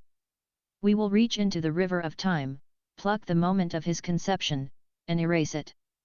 He will simply never have been. The 3 judges stood. They pooled their terrifying, timeline-eating power together. They forged a spear of absolute anti-destiny, a level 18 karma erasing strike. It was a weapon that didn't kill, it unwrote. With a unified thrust, they drove the spear down into the river of time, aiming directly at the sleeping boy. The spear of anti-destiny traveled backward through the years, tearing through the fabric of history. It struck Rudra's timeline. And then, it encountered the passive, level 30 administrative firewall of the Grand Architect. The spear didn't just break. The mathematical paradox of a level 18 concept trying to erase a level 30 absolute constant caused the attack to violently rebound along the weapon's own karmic trajectory. Back in the tribunal's dimension, the three judges suddenly froze. The rebounded force erupted from the river of time. It struck their ancient, indestructible cosmic thrones. Crack! All three thrones shattered into fine, glittering dust, dumping the colossal deities unceremoniously onto the ethereal floor. The first judge sat in the dust, staring at the river of time in absolute, paralyzing cosmic horror. "Do not," the first judge whispered, its voice trembling for the first time in an eternity. "Do not touch the boy's timeline again." Here are the next 5 chapters, continuing the slow, character-driven comedic pacing as the primal arbiters make their ultimate move, only to completely misread the situation. Chapter 36, The Apex Abyss. In the very center of the white void, beyond the river of time and the graveyards of dead dimensions, sat the throne of Sovereign Aegis. He was a level 19 entity, the Apex Abyss. He did not have a face, for a face was a mortal limitation. He existed as a blindingly beautiful silhouette of pure, condensed white light. When he moved, the cosmos chimed. When he breathed, nebulas were born and destroyed. He was one step away from level 20. One step away from absolute, omnipotent perfection. All he needed was to harvest the perfectly tempered origin chi of Sector 84 Alpha Earth. Sovereign Aegis looked down from his throne at the 3 judges of the tribunal, who were currently brushing crystallized dust off their robes. "Explain," Aegis commanded. His voice was a choir of a trillion collapsing stars. "My herald has been banished into the outer dark. And the Tribunal of Eradication has been cast from its seats. What force on this insignificant mud ball dares resist the harvest?" The first judge bowed low, still trembling. "Lord Aegis, we attempted to prune the timeline. We targeted the anomaly, the boy who generates no karma. But when our spear struck his past, we encountered a wall. A wall." Aegis's starlight flared in irritation. "There is no wall in the multiverse that can withstand a level 18 temporal strike. Did you miscalculate the trajectory?" "We calculated perfectly," the second judge hissed defensively. "The wall did not block us. It ignored us. The mathematical weight of the boy's existence is so heavy that our anti-destiny spear shattered upon it, and the conceptual recoil destroyed our thrones." Sovereign Aegis fell silent. To a being of pure logic and power, this was incomprehensible. If a being possessed greater power than level 18, Aegis would feel it. The multiverse would bend around them. Yet, this anomaly registered as nothing. "Incompetence," Aegis finally decreed, his light chilling to a terrifying blue. "You have allowed the mortals to develop a stealth matrix that hides their true warlords. I will not trust this harvest to underlings any longer. I shall open the Grand Zenith Rift. I will project my gaze upon their world, and I will reap their origin chi myself." Chapter 37, The Imperial Tailor. "Stand up straight, darling, you're slouching again." Mother Mira was sipping tea on the velvet sofa of the Apex Pavilion, watching critically as a terrified, trembling man circled her son with a measuring tape. This was Master Lin, the greatest tailor in the hemisphere. He usually crafted armor for level 8 Void Emperors, weaving protective runes into fabrics spun from the silk of Calamity-class arachnids. Today, he was sweating profusely because he had been threatened with spontaneous combustion if the inseam on Rudra's tuxedo was even a millimeter off. Rudra stood on a small wooden pedestal. He had been standing there for 45 minutes. For a boy whose core philosophy revolved around horizontal stillness, this was torture. "Mom," Rudra sighed, his arms held out at an awkward T-angle. "Can we just buy a suit off the rack? I promise I won't grow." "Absolutely not," Meera said cheerfully. "The Surya family does not wear off the rack. Besides, Master Lin is using the celestial thread from your grandmother's dimension. It will be completely immune to fire, ice, and apocalyptic acid rain. Isn't that nice?" "I don't plan on standing in apocalyptic acid rain at my wedding," Rudra mumbled. Anya was standing rigidly by the door, her eyes tracking Master Lin's every move. If the tailor accidentally pricked Rudra with a pin, she was fully prepared to sever his bloodline. "My lord," Anya offered softly, "if the standing is too burdensome, I can freeze the tailor in a block of ice, and you may rest your arms upon him." "Please don't freeze the tailor, Anya," Rudra said. Master Lin let out a whimpering squeak and quickly dropped to his knees to measure the pant cuffs, his hands shaking so violently he dropped his chalk. "Almost done, young master," Lin babbled. Just ensuring the spatial expansion runes in the pockets are perfectly aligned to hold your snacks." Chapter 38, the drafty window. Before Master Lin could place the final pin, the ambient temperature in the room plummeted. It wasn't Anya's ice chi. It was a cold that bypassed the physical body and gripped the soul. Outside the floor-to-ceiling windows of the Apex Pavilion, the sky above the Zenith Academy split open. This was not a normal abyssal rift. It did not swirl with violet energy or spew out winged monsters. The sky peeled back like the eyelid of the universe, revealing a colossal, blindingly white eye. It was Sovereign Aegis, projecting his level 19 consciousness directly into Earth's atmosphere. The pressure was instantaneous and catastrophic. Across the globe, the ocean stopped moving. Birds froze in mid-air. Level 6 Earth Kings were crushed flat against the pavement, unable to lift a single finger. Even Father Devraj, who was sparring in a distant mountain range, felt his level 12 galaxy ruler aura sputter and crack under the sheer, omnipotent weight of the apex abyss. Inside the penthouse, Master Lin fainted immediately, hitting the floor with a dull thud. As he fell, one of the celestial thread pins slipped from his fingers and lightly poked Rudra's ankle. Because Rudra was passively a level 30 Grand Architect, the pin instantly bent itself into a U-shape rather than pierce his skin. But Rudra still felt the blunt poke. "Ow," Rudra said mildly. He looked down at the unconscious tailor, then out the window at the colossal, terrifying eye of God hovering in the sky. The rift was so massive that it was sucking the atmosphere out of the room. A terrible, howling draft was rustling the curtains and blowing Master Lin's measuring tapes all over the floor. Rudra frowned. He stepped off the wooden pedestal. Chapter 39, a polite request. Sovereign Aegis gazed upon the world. He saw the billions of mortals, paralyzed by his glory. He saw the warlords, trembling in the dirt. He prepared to speak the word of harvesting, an ancient frequency that would strip the chi from the planet in a single, glorious sweep.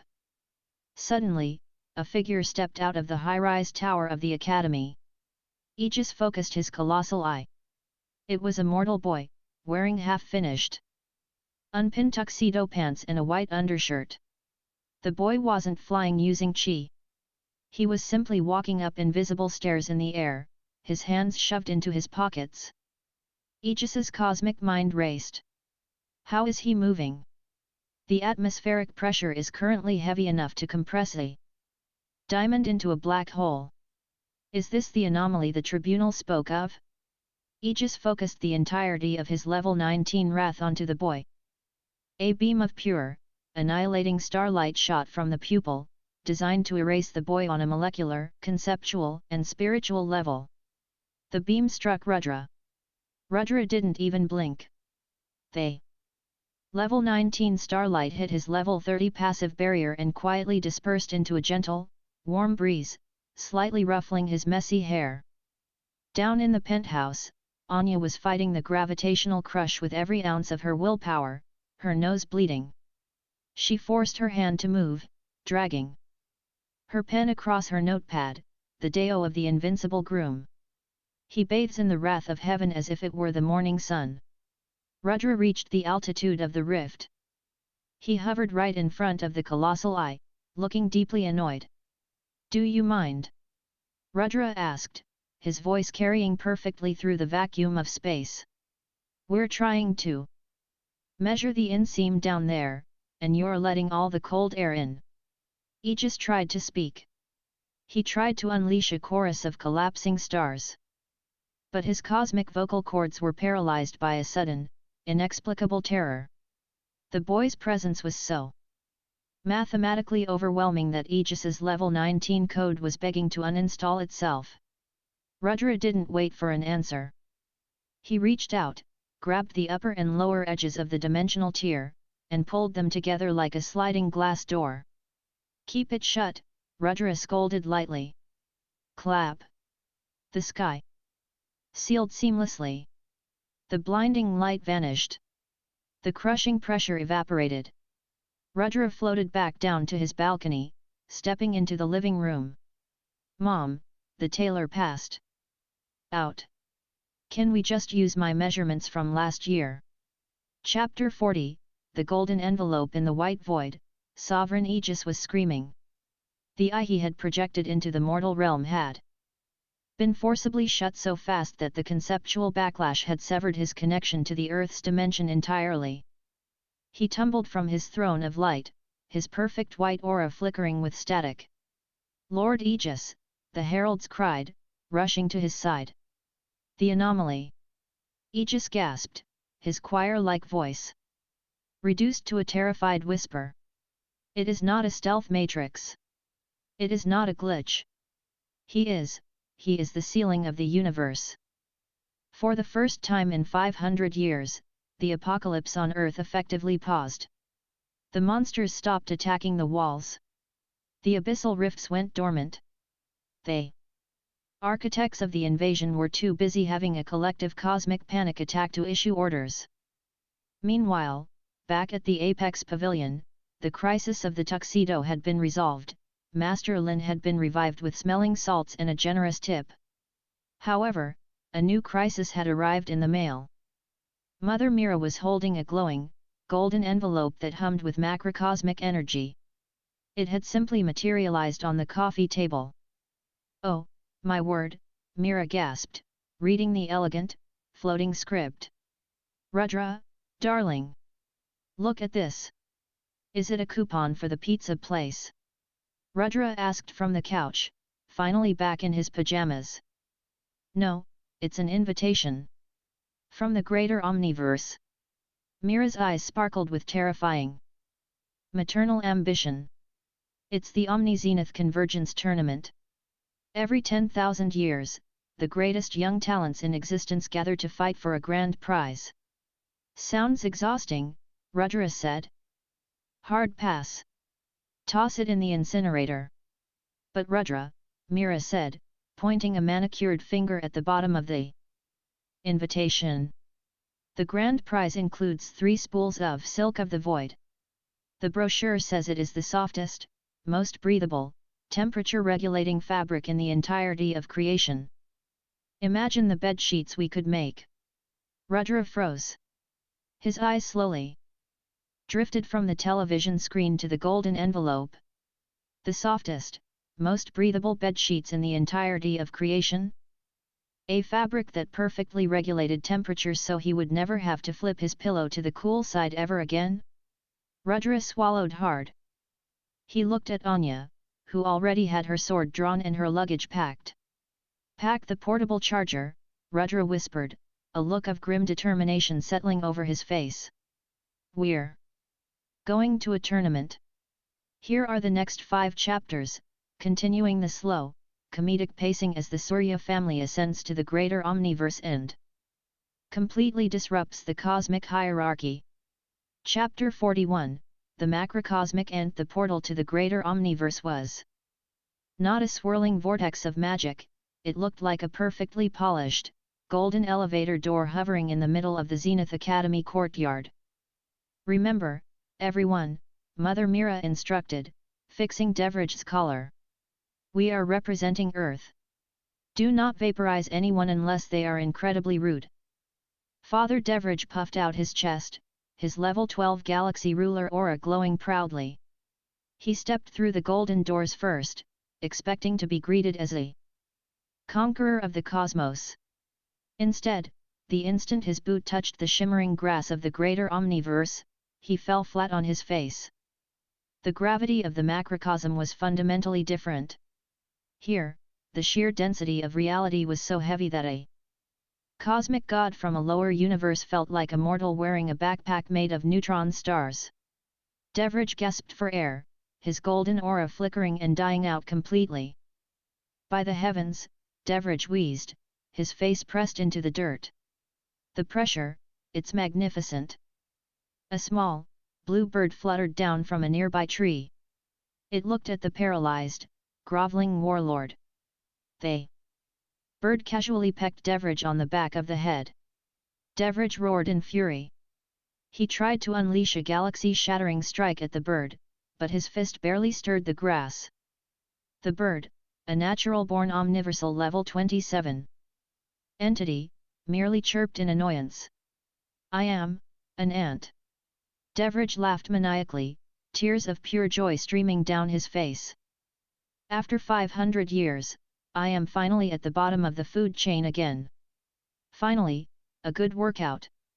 He immediately began trying to do push-ups, groaning with apocalyptic effort. Behind him, Rudra stepped through the portal, holding his luggage. "System alert, host has entered the greater omniverse. Initiating scale compression protocol. Lower dimensional levels obsolete.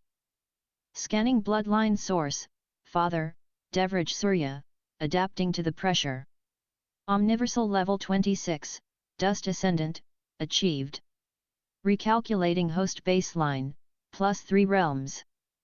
Host level, Omniversal level 29, Omnireality Weaver, achieved." Rudra didn't feel the gravity. To him, the air felt perfectly normal, if a little crisp.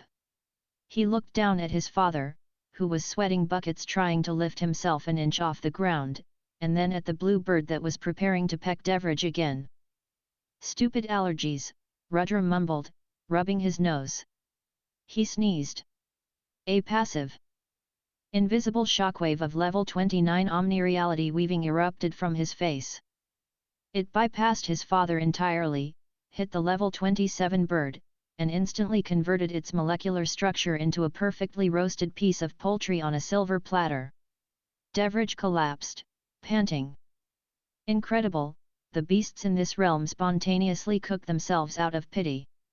Chapter 42, Room Service of the Gods. The Omni-Zenith Convergence Tournament was held in a floating citadel the size of a solar system. The hotel accommodations for the participants were equally absurd. Rudra's suite featured a bathtub that was actually a localized nebula of healing waters, and a complimentary fruit basket containing apples that granted 1,000 years of lifespan.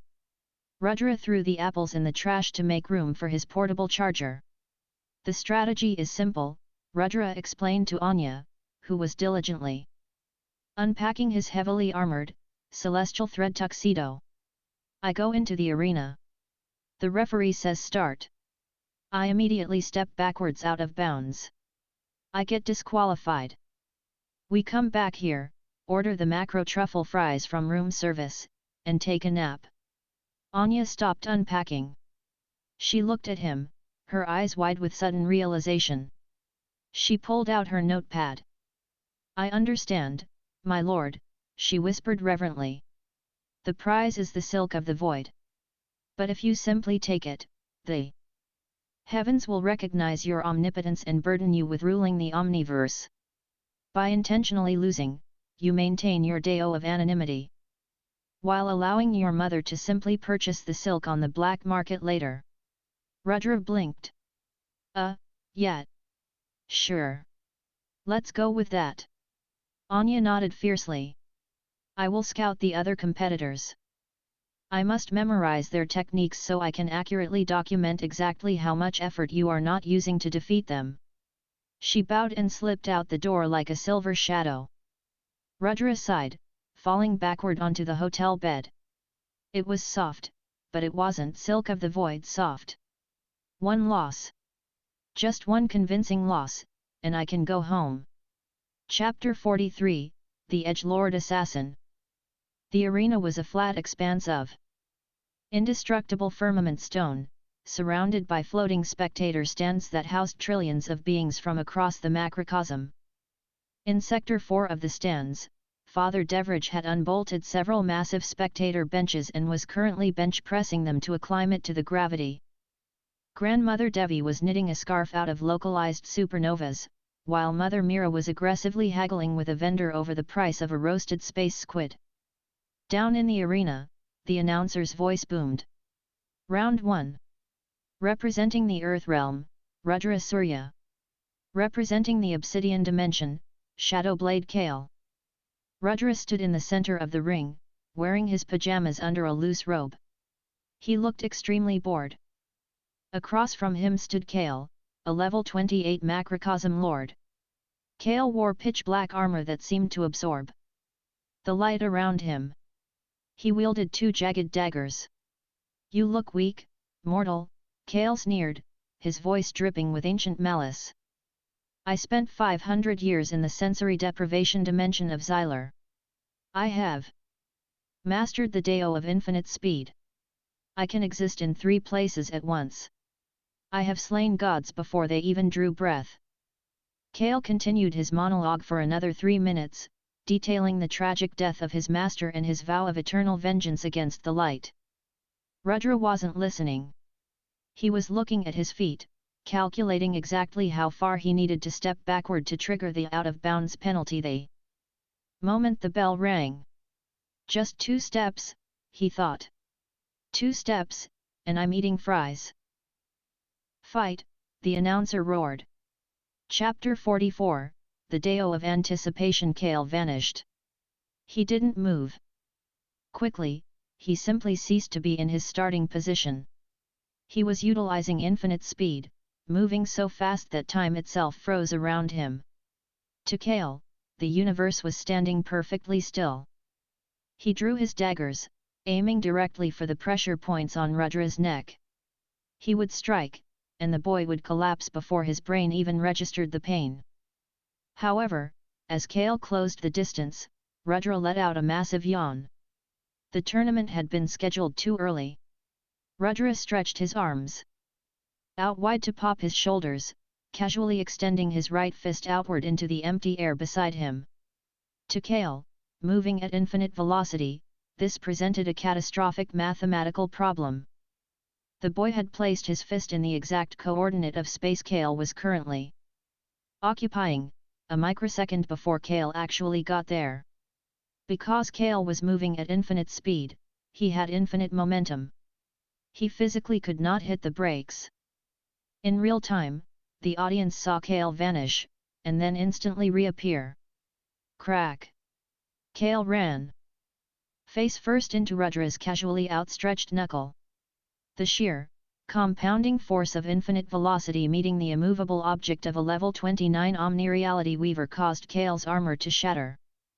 Kale spun through the air like a ragdoll, crashed into the arena floor, bounced 3 times, and slid to a halt exactly 1 inch in front of the out-of-bounds line.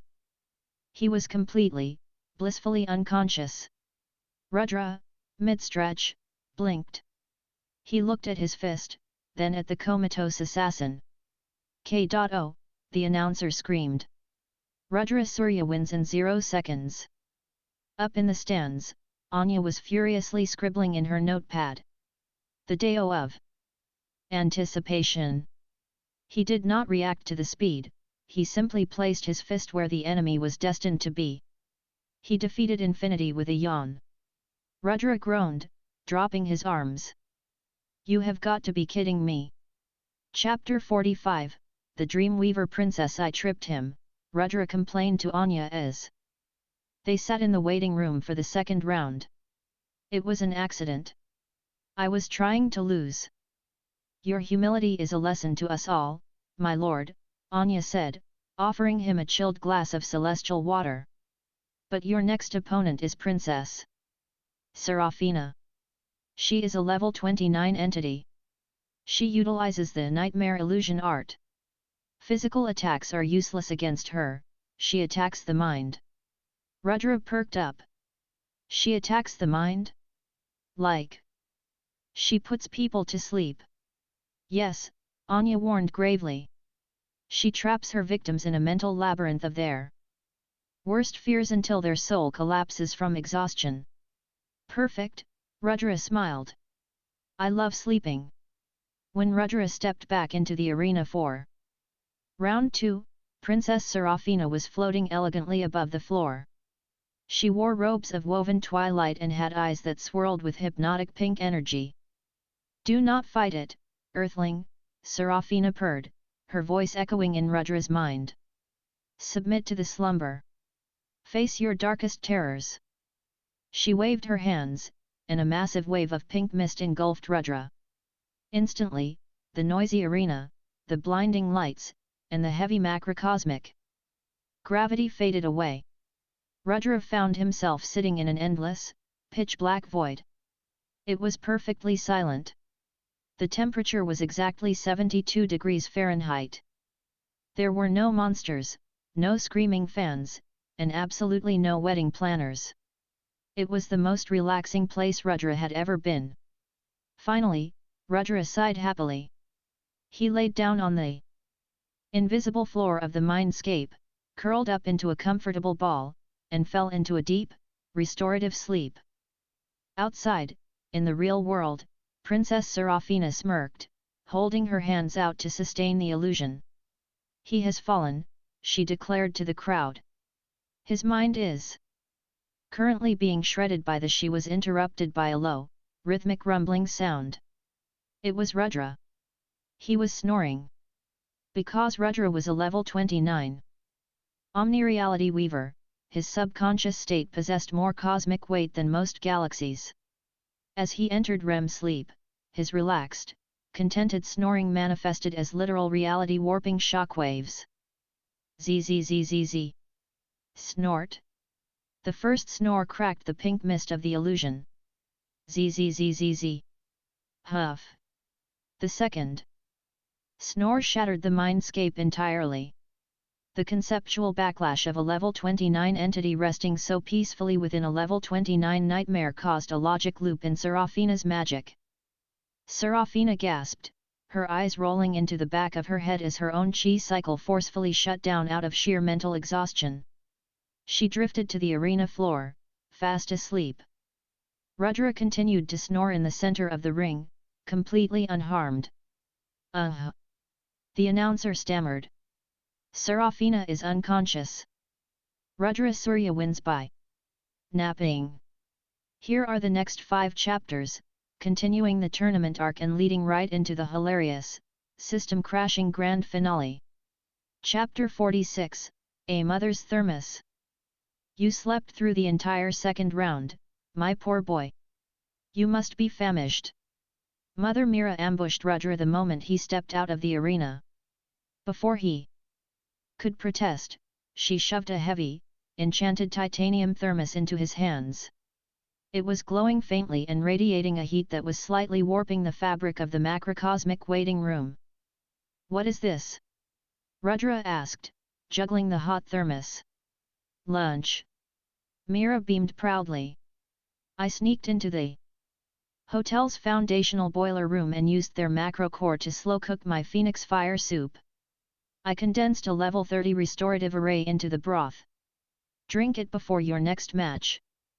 Rudra looked at the thermos. A level 30 phoenix fire soup wasn't just food, it was essentially a liquid Big Bang. If he drank it, he might accidentally burp and vaporize the stadium. I'll save it for later, Rudra said, tucking it under his arm. Round 3, the announcer's voice shook the floating Citadel. Rudra Surya vs Zog, the Mecha God Engineer. Rudra trudged back out into the arena. He was getting annoyed. He was supposed to have lost twice by now, yet here he was, in the semi-finals, holding a thermos. Across the firmament stone arena, the sky darkened. Zog was not a warrior. He was a level 29 alien genius. With a brain the size of a minivan, encased in a floating glass jar. But Zog did not fight in person. From the heavens, a towering, moon-sized Omni-Destroyer mecha descended, landing with a crash that caused a localized earthquake across 3 dimensions. The mecha was bristling with reality-erasing laser cannons, temporal shielding, and a core powered by a captured dying star. Zog's voice projected from the mecha's external speakers, booming with mechanical arrogance. "Surrender, fleshling. My Omni-Destroyer is equipped with absolute defense. My primary cannon will erase your genetic code from the multiverse." Rudra looked up at the moon-sized robot. Finally. This was perfect. If I just stand here, Rudra calculated, the laser will push me backward. With my level 29 passive defense, it won't hurt me, but the sheer kinetic force will slide me gently out of bounds. Disqualification. Chapter 47, The Spilled Drop. Go ahead, Rudra called up to the mecha. Hit me with your best shot. Zog cackled. Fool. Initiating the Genesis Erasure Beam. The chest plate of the moon-sized mecha opened, revealing a glowing core of pure, condensed antimatter. The air in the arena began to scream as the laser charged. Rudra stood perfectly still, waiting for his ticket out of the tournament. While he waited, his stomach gave a small rumble. Maybe a tiny sip of his mom's soup wouldn't hurt. He grabbed the lid of the titanium thermos and twisted. It was stuck. Mira had sealed it tightly so it wouldn't leak in his pocket. Rudra frowned.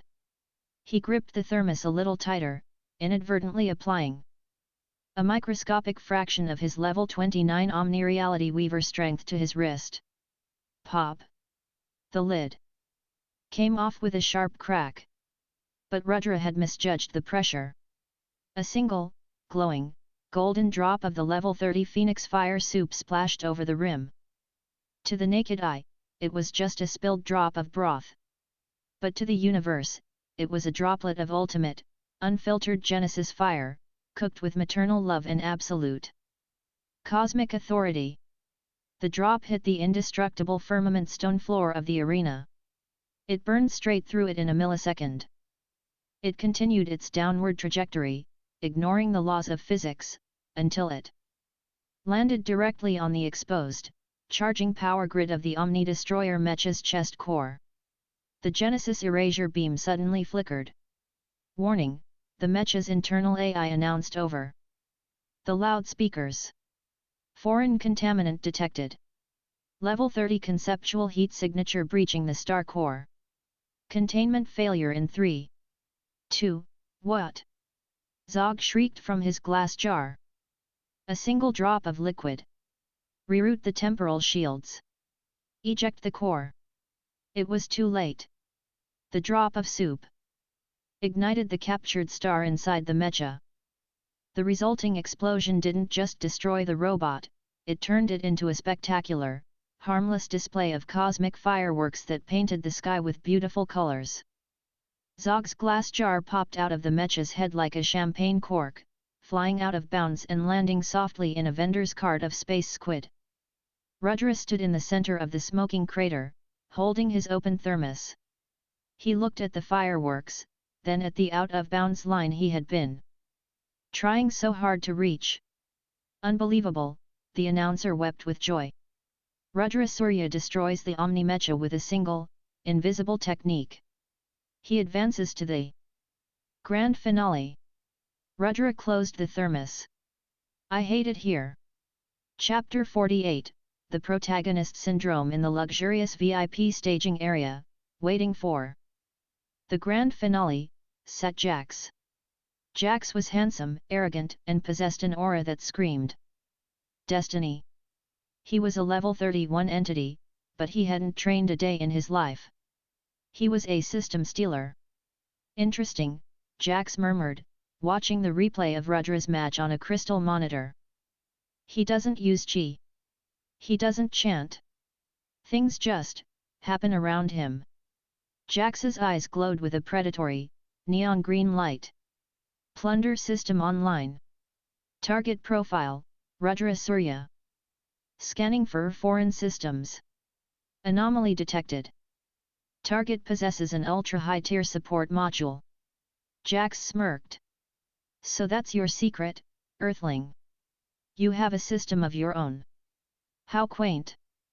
But my plunder system is the absolute apex of the narrative continuum. Once the match begins, I won't just defeat you. I will hack your soul, steal your system, and add your ridiculous luck to my own. Meanwhile, in the spectator stands, the Surya family was reaching a fever pitch. Grandmother Devi had finished her supernova scarf and was waving it like a rally towel. Anya had filled 3 entire notebooks with detailed observations of Rudra's techniques. But it was Father Devraj who was the most volatile. He had spent the entire tournament absorbing the heavy macrocosmic gravity, his muscles bulging under his warlord armor. He was so intensely proud of his son that his level 26 dust ascendant aura was boiling over. That's my boy! Devraj roared to the terrified aliens sitting next to him. He didn't even have to put down his lunch. The Deo of Nutrition. Chapter 49, The Infinite Loop. Rudra walked into the arena for the final time. He was exhausted.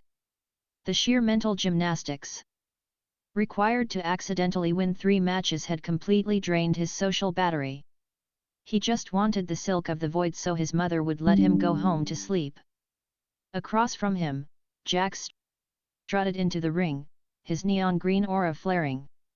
I know what you are, Rudra Surya, Jax whispered smugly, tapping his temple. You think you're special. But you're just a host. Hand over your system, and I might let you keep your life. Rudra blinked. You want my system? The one that actively prevents me from having to do anything?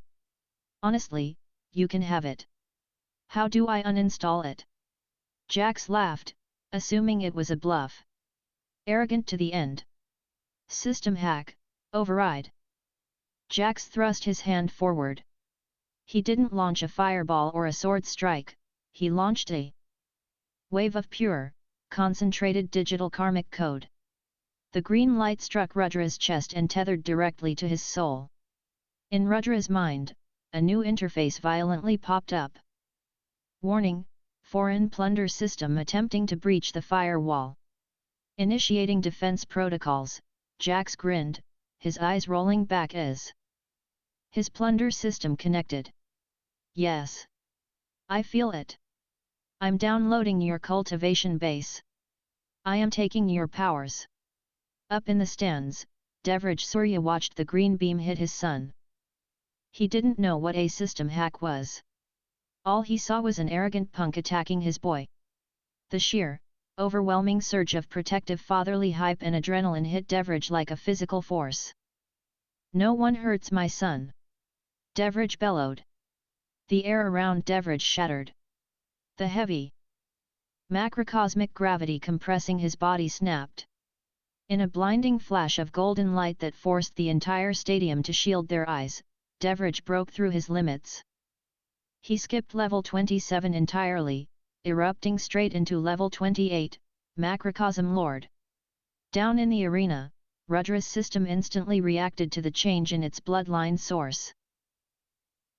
Emergency alert, bloodline source has reached level 28. Executing prime directive, host must maintain exactly a 3-level superiority over the father. Recalculating, Chapter 50, Blue. Screen of death. Jax was mid-laugh as his plunder system began siphoning data from Rudra. But suddenly, the trickle of data turned into a rushing river. Then, an ocean. Then, a cosmic tsunami of metaconceptual mathematics. Plunder system, alert. Target's cultivation base is shifting. Target level adjusting, level 29. Level 30. Level 31. Jax frowned. Level 31? Matching my power? Cute trick.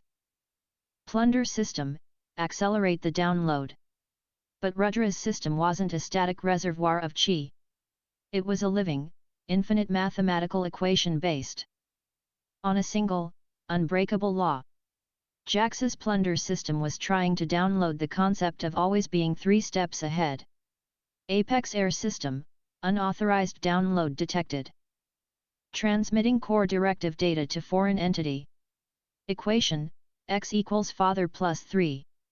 If plunder system absorbs x, plunder system becomes new host. Calculating logic. If plunder system equals host, plunder system must now be 3 levels higher than Father Devraj. Jax's neon green aura began to violently strobe. He fell to his knees, clutching his head. What is this data? It's too heavy. Stop. Plunder system, critical error. Cannot process infinite recursive scaling. Hardware limitations exceeded. Plunder system, attempting to rationalize host laziness protocols. Error. Error. Host Jax is too ambitious. Ambition contradicts ultimate Slack parameters. Jax screamed as his vision was filled with millions of error windows. Plunder system, fatal exception at 0x00000000. System integrity compromised. Initiating self-destruct to preserve multiverse code. Uninstalling? No. Jax shrieked. My cheat ability. My plot armor. Ping. With a sound like a tiny bell, Jax's neon green aura vanished completely. The connection severed. Jax slumped to the floor of the arena, panting and sobbing. He was completely, utterly powerless. A normal, mortal man sitting in a crater. Rudra stood there, his hands still in his pockets. His own blue interface calmly chimed in his mind. Host has successfully advanced to level 31, trope manipulator. Foreign threat neutralized via logic bomb. The stadium was so silent you could hear a pin drop across the dimensions. Then, the announcer, weeping hysterically, screamed into the microphone, Jax has lost his powers. He is defeated by the invisible majesty of the Earthling. Rudra Surya is the champion of the greater omniverse. Rudra looked up at the VIP box where the grand prize was hovering. There, perfectly folded, were 3 spools of the silk of the void. He smiled for the first time all day. Finally, he thought. I'm getting a good night's sleep tonight. Chapter 51, The Burden of the Crown, is Too Heavy. The award ceremony for the Omni-Zenith Convergence tournament was supposed to be a grand, multidimensional affair, lasting a standard macrocosmic decade. Rudra lasted exactly 4 minutes before he started checking his imaginary watch. The High Lords of the Firmament, ancient beings whose beards were literally woven from the fabric of space-time, stood on the grand podium trembling. They were supposed to crown Rudra as the new Omni-Sovereign, a title that came with absolute dominion over 10 trillion galaxies. And thus, the eldest High Lord stammered, holding a crown forged from the condensed core of a primordial universe, we bestow upon the Earthling, Rudra Surya, the mandate of heaven. May his reign be yet, thank you, Rudra interrupted, stepping past the trembling ancient deity. He completely ignored the glowing crown of absolute authority and walked straight toward the prize table. There, resting on a velvet pillow, were 3 shimmering spools of pure, iridescent white thread. The silk of the void. Rudra reached out and touched one of the spools. It was so soft that his fingertips couldn't even register the friction. It felt like touching a cool breeze on a perfect autumn afternoon. It was the physical manifestation of comfort. A tear actually rolled down Rudra's cheek. "It's beautiful," he whispered. He scooped all 3 spools into his arms, clutching them to his chest like a child holding a teddy bear. The High Lord stood awkwardly holding the crown. Supreme Sovereign? What of the crown? What of the throne?" Rudra turned back, already walking toward the exit portal where his family was waiting. "Keep it. Give it to the runner-up. Tell the galaxies to govern themselves, pay their taxes, and keep the noise down on weekends. I'm going home." He stepped through the golden elevator doors, leaving the most powerful beings in the macrocosm completely speechless. Up in the stands, Anya nodded sagely, recording the moment in her notebook. The Dao of the empty hands. He rejects the chains of rulership to remain untethered, proving that true power does not need a throne to validate itself. Chapter 52, The Dao of Tailoring. The moment the Surya family stepped back onto Earth, the frantic energy of the Omniverse was replaced by the familiar, comforting hum of the Zenith Academy's ambient chi. Mother Mira did not waste a single second. "Out of the way! Alchemist at work," she shouted, shoving past the headmaster who had come to greet them. She sprinted up the stairs to the Apex Pavilion, her eyes burning with maternal obsession. For the next 6 hours, the penthouse was on lockdown. Mira had summoned her 9 heavens Phoenix Flame, but not for destruction. She was using the pinnacle of all fire to meticulously melt and weave the silk of the void. Her hands moved so fast they created afterimages, stitching the ultimate fabric into a king-sized fitted sheet, a flat sheet, and 4 pillowcases. Rudra sat on the couch in his pajamas, bouncing his leg in anticipation. Finally, the bedroom doors opened. Mira stepped out, wiping a bead of sweat from her brow. She looked exhausted, but triumphant. "It is done," she breathed. Rudra walked into his bedroom. The bed looked exactly the same, but it felt different. The space around the mattress was distorting slightly, as if the universe itself was trying to lean in and take a nap. He climbed into the bed and pulled the covers up to his chin. The silk of the void instantly calibrated to his exact body temperature. It was infinitely breathable, yet perfectly warm. It supported his spine with the gentleness of a cloud and the firmness of the earth. Because Rudra was a level 31 trope manipulator, his profound state of relaxation began to passively edit the narrative rules of the room. A subtle aura expanded outward, creating a plot-free zone. Within this bedroom, no assassins could attack, no dramatic misunderstandings could occur, and absolutely no training montages were allowed. Rudra closed his eyes. "Mom," he mumbled, his consciousness already drifting into absolute bliss. "You're the best. Sleep well, my sweet boy," Mira whispered, quietly closing the door. Chapter 53, A quiet moment on the balcony. While Rudra slept the sleep of the gods, Anya stood on the balcony of the Apex Pavilion, looking out over the fortified walls of the megacity. The apocalypse was still out there. In the distance, the faint roars of Calamity-class monsters echoed through the wastelands. But for the first time in her life, the sound didn't make her blood run cold. It didn't make her grip the hilt of her sword. She felt safe. She heard heavy, deliberate footsteps approaching. Devraj stepped onto the balcony, holding 2 cups of herbal tea. His massive frame looked completely out of place on the delicate luxury balcony, but he moved with extreme caution.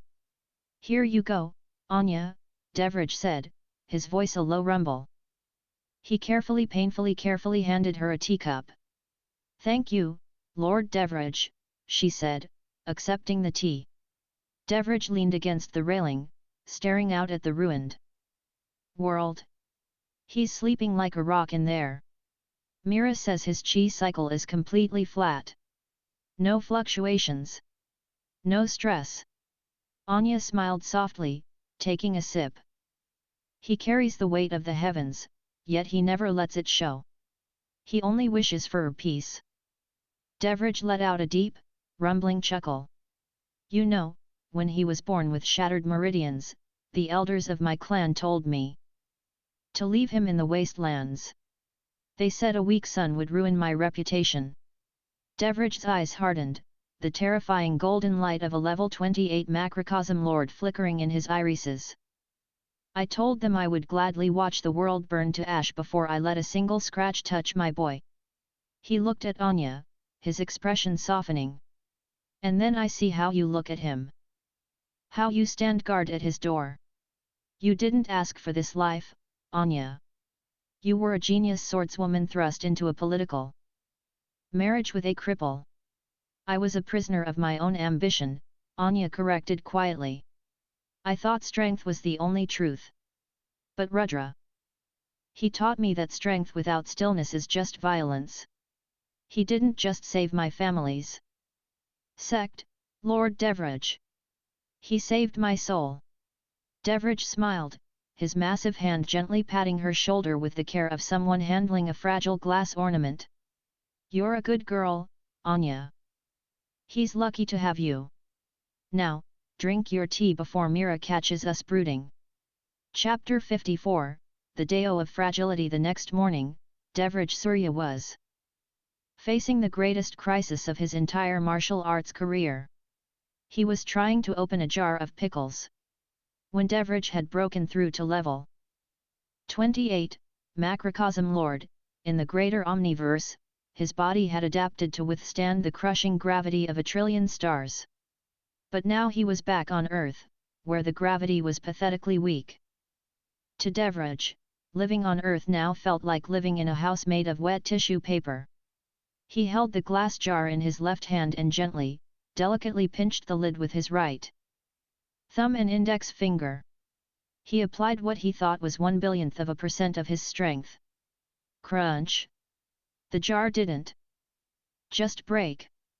The glass, the pickles, and the brine were instantly compressed into a hyperdense diamond of pickled matter. Devrij groaned, staring at the green diamond in his hand. Devrij! Mira scolded, walking into the kitchen and slapping his massive bicep.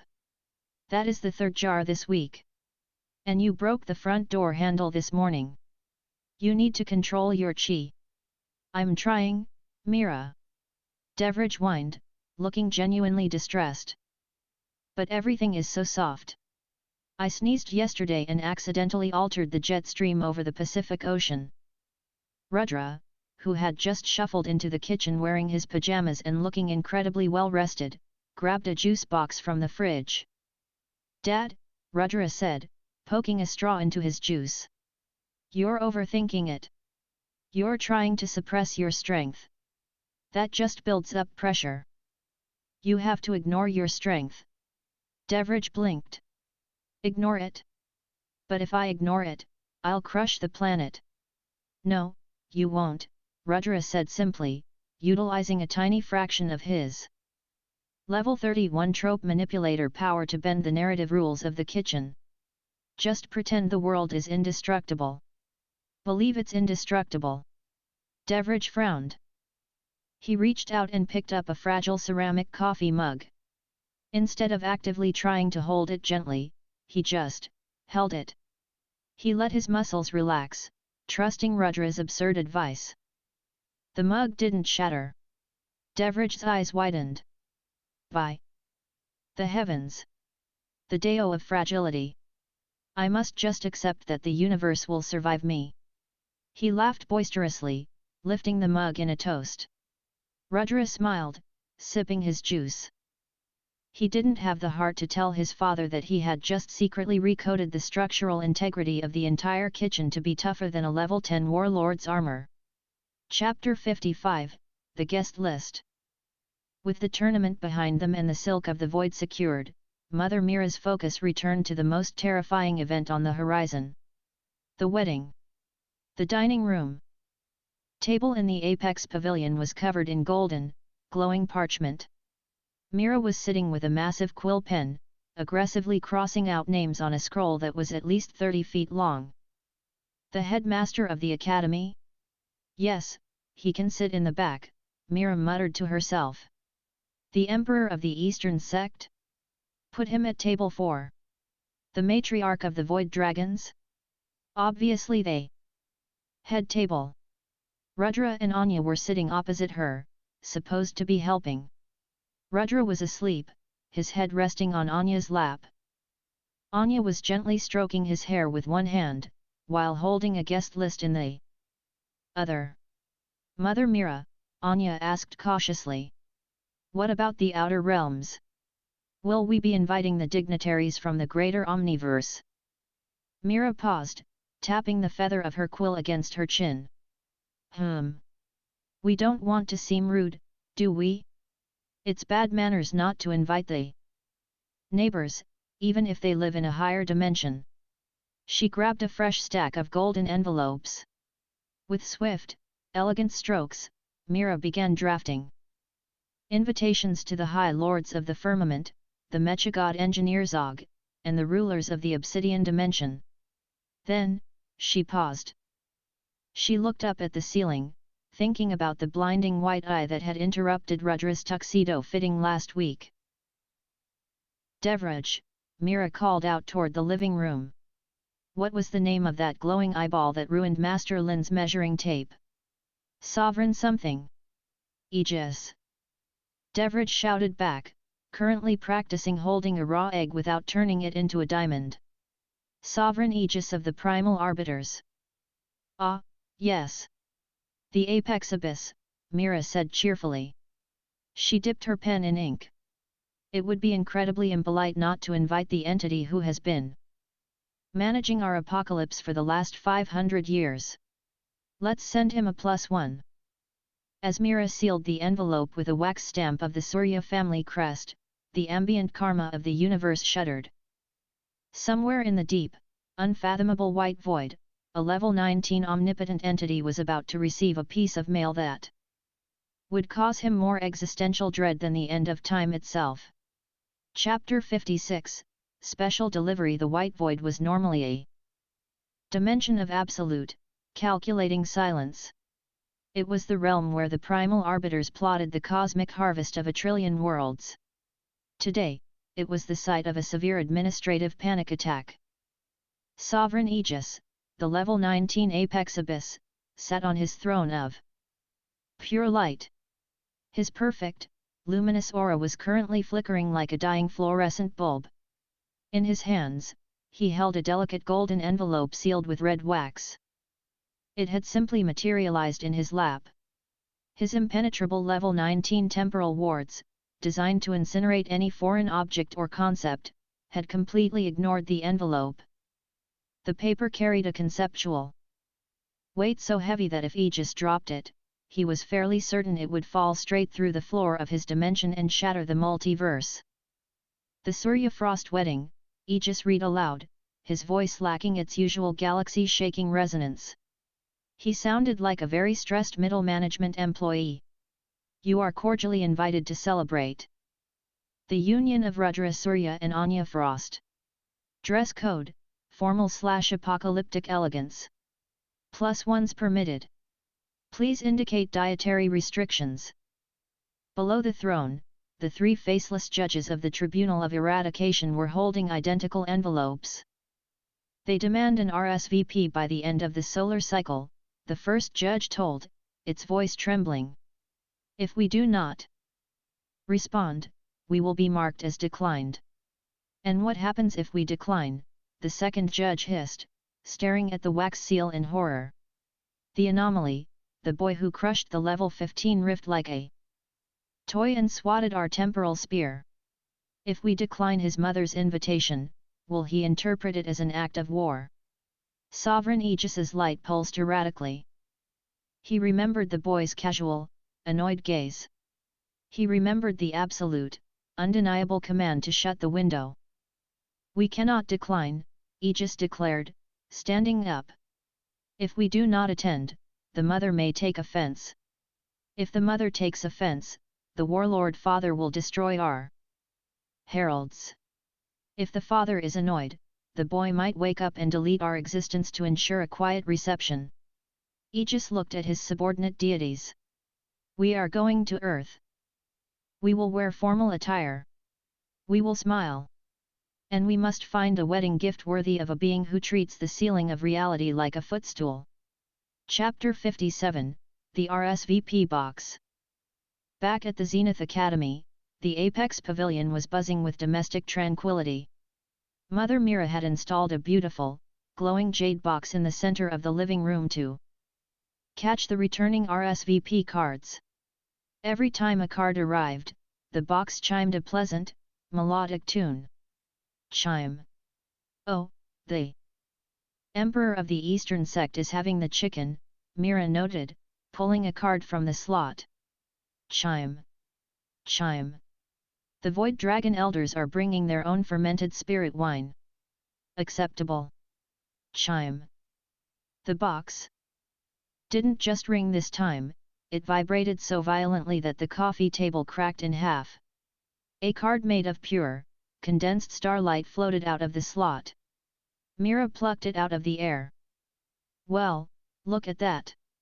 Sovereign Aegis of the Primal Arbiters has RSVP'd, yes. And he's bringing the Tribunal of Eradication. Oh. But they requested a vegan option. They sustain themselves entirely on cosmic dust and the abstract concept of sorrow. I'll have the caterers whip up a nice conceptual salad. Rudra, who was lying upside down on the couch trying to balance a potato chip on his nose, groaned. Mom, you actually invited the guys running the apocalypse. It's called networking, Rudra, Mira scolded lightly. When you're married, you need to maintain a polite relationship with your neighbors. Even if they are trying to harvest the planet's origin chi. It's just good manners. Anya, sitting nearby with her ever-present notepad, stopped writing. She looked at the glowing RSVP card. She had spent her entire childhood terrified of the abyssal descent. Now, the architect of that apocalypse was coming to her wedding, and he had explicitly requested a side salad. The Deo of hospitality, she wrote slowly. To defeat one's enemies, one must not destroy them, but simply invite them to dinner and force them to adhere to a seating chart. Chapter 58, The Bachelor Party, Attempt. Boss, you're getting married. We have to celebrate. Jackson and the rest of the Celestial Sluggards were standing in Rudra's living room, looking uncharacteristically determined. Ever since Rudra had inadvertently boosted their cultivation levels with his posture advice and leftover snacks, the failed rich kids had become the most feared squad in the academy. Celebrate how? Rudra asked suspiciously. A bachelor party. Jackson grinned. We secured a VIP suite at the Neon Lotus Pavilion in the inner city. Food, music, and absolutely zero combat training. Rudra considered this. A quiet room with good food did sound appealing, especially since the penthouse was currently overflowing with floral arrangers and tailors. Fine. But I'm bringing my portable console. And if the music is too loud, I'm leaving. 2 hours later, the boys were not at the Neon Lotus Pavilion.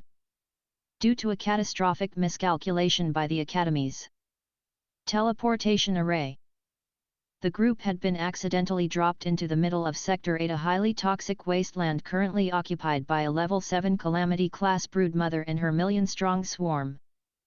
Monsters screeched, the toxic sky boiled, and the ground shook. Jackson paled, his Level 3 Grandmaster aura flickering in terror. Boss. I think the array malfunctioned.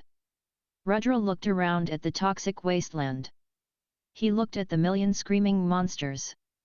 Then he looked at the battery life on his portable console. He only had 40% left, and he really wanted to beat this level. I need a place to sit, Rudra said. He didn't unleash a devastating attack. He just walked toward the colossal, screeching broodmother, looking for a smooth rock to sit on. Because Rudra was a level 31 trope manipulator, his passive desire for a comfortable gaming environment overrode the narrative purpose of the monsters. The universe simply could not allow the host to be inconvenienced by a plot device. As Rudra walked forward, the million-strong swarm of monsters stopped screeching. They looked at the boy.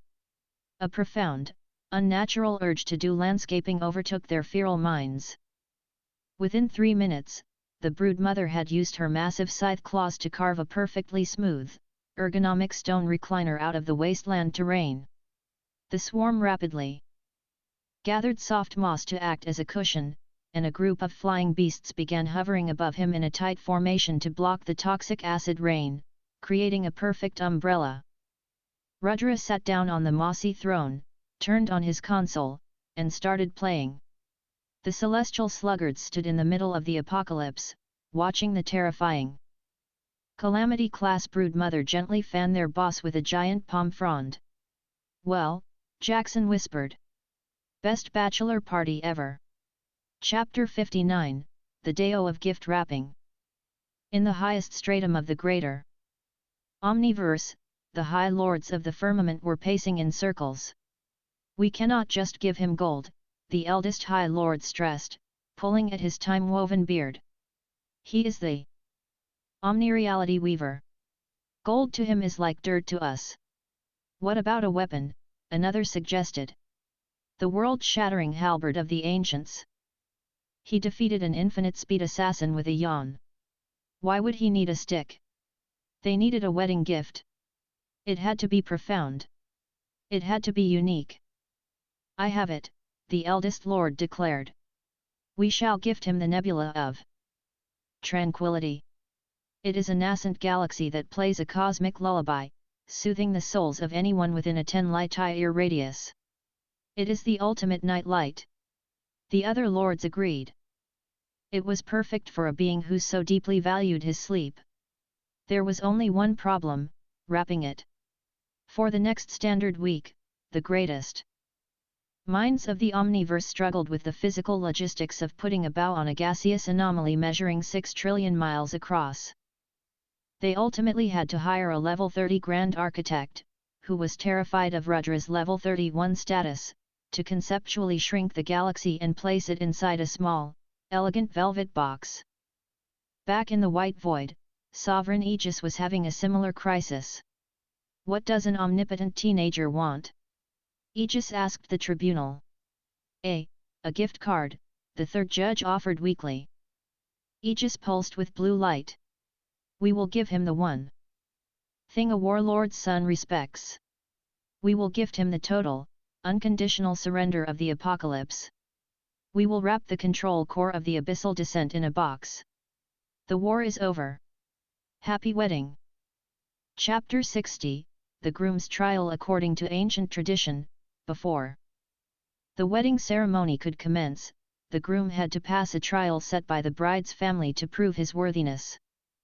Because Anya technically belonged to the Void Dragon clan's vassal system, the trial was to be held in their pocket dimension. Rudra stood in the center of the Jade Plaza, wearing a casual tracksuit.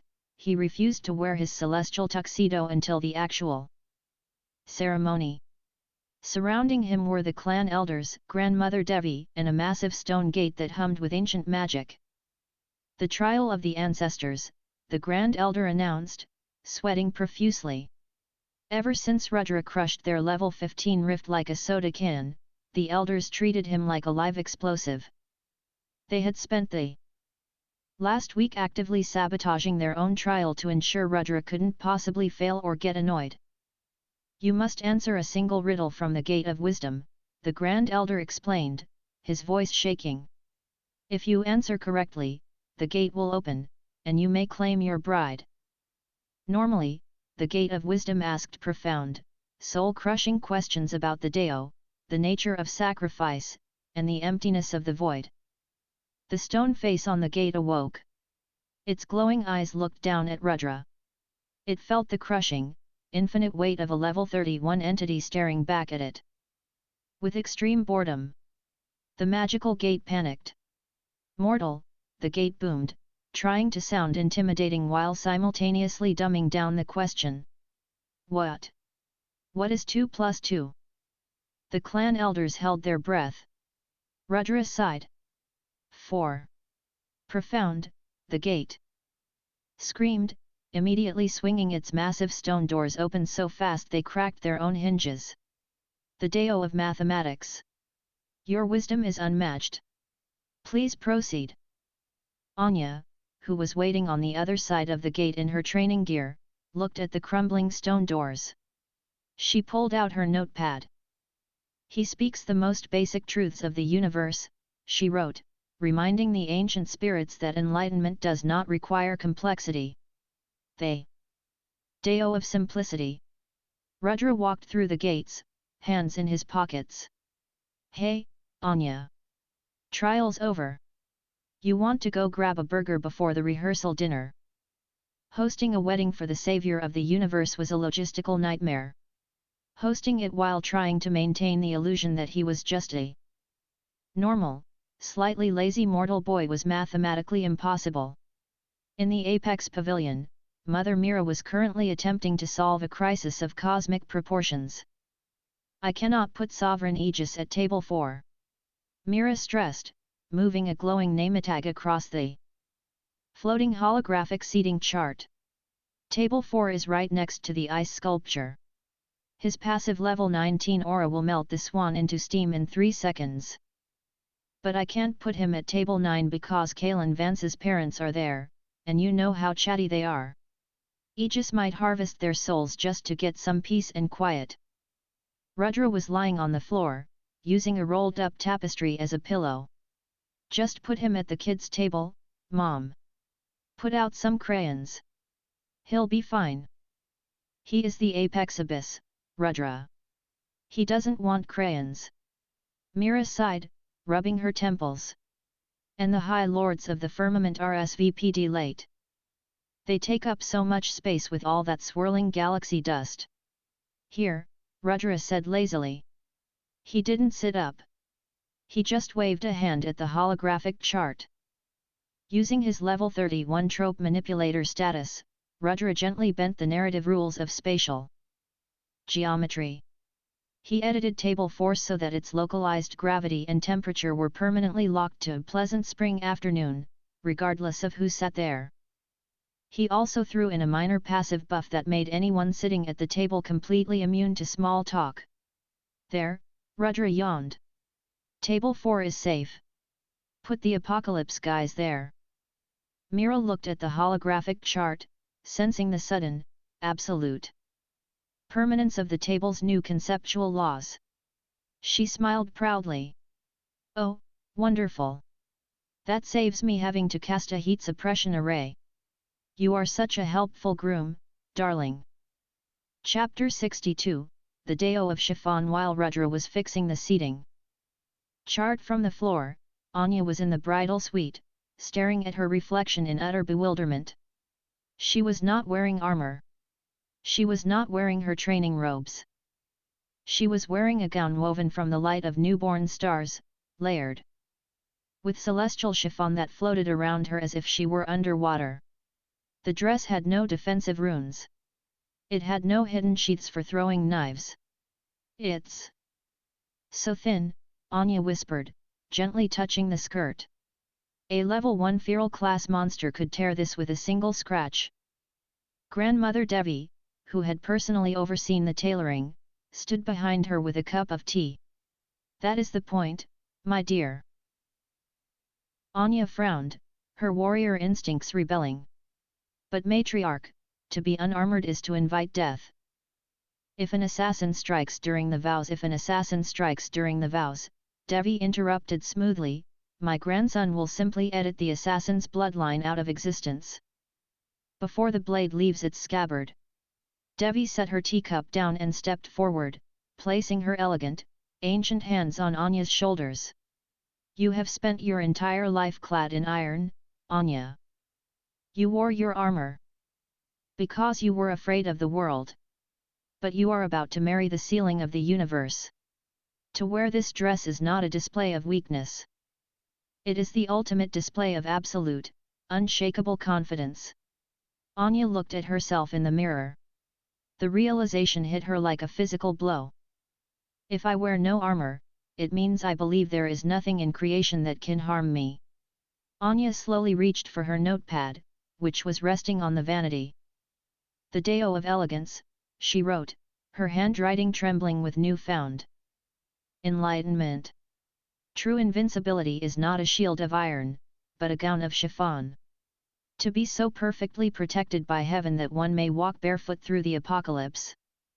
I love it, Anya said softly, her icy demeanor melting into a radiant smile. It is the strongest armor I have ever worn.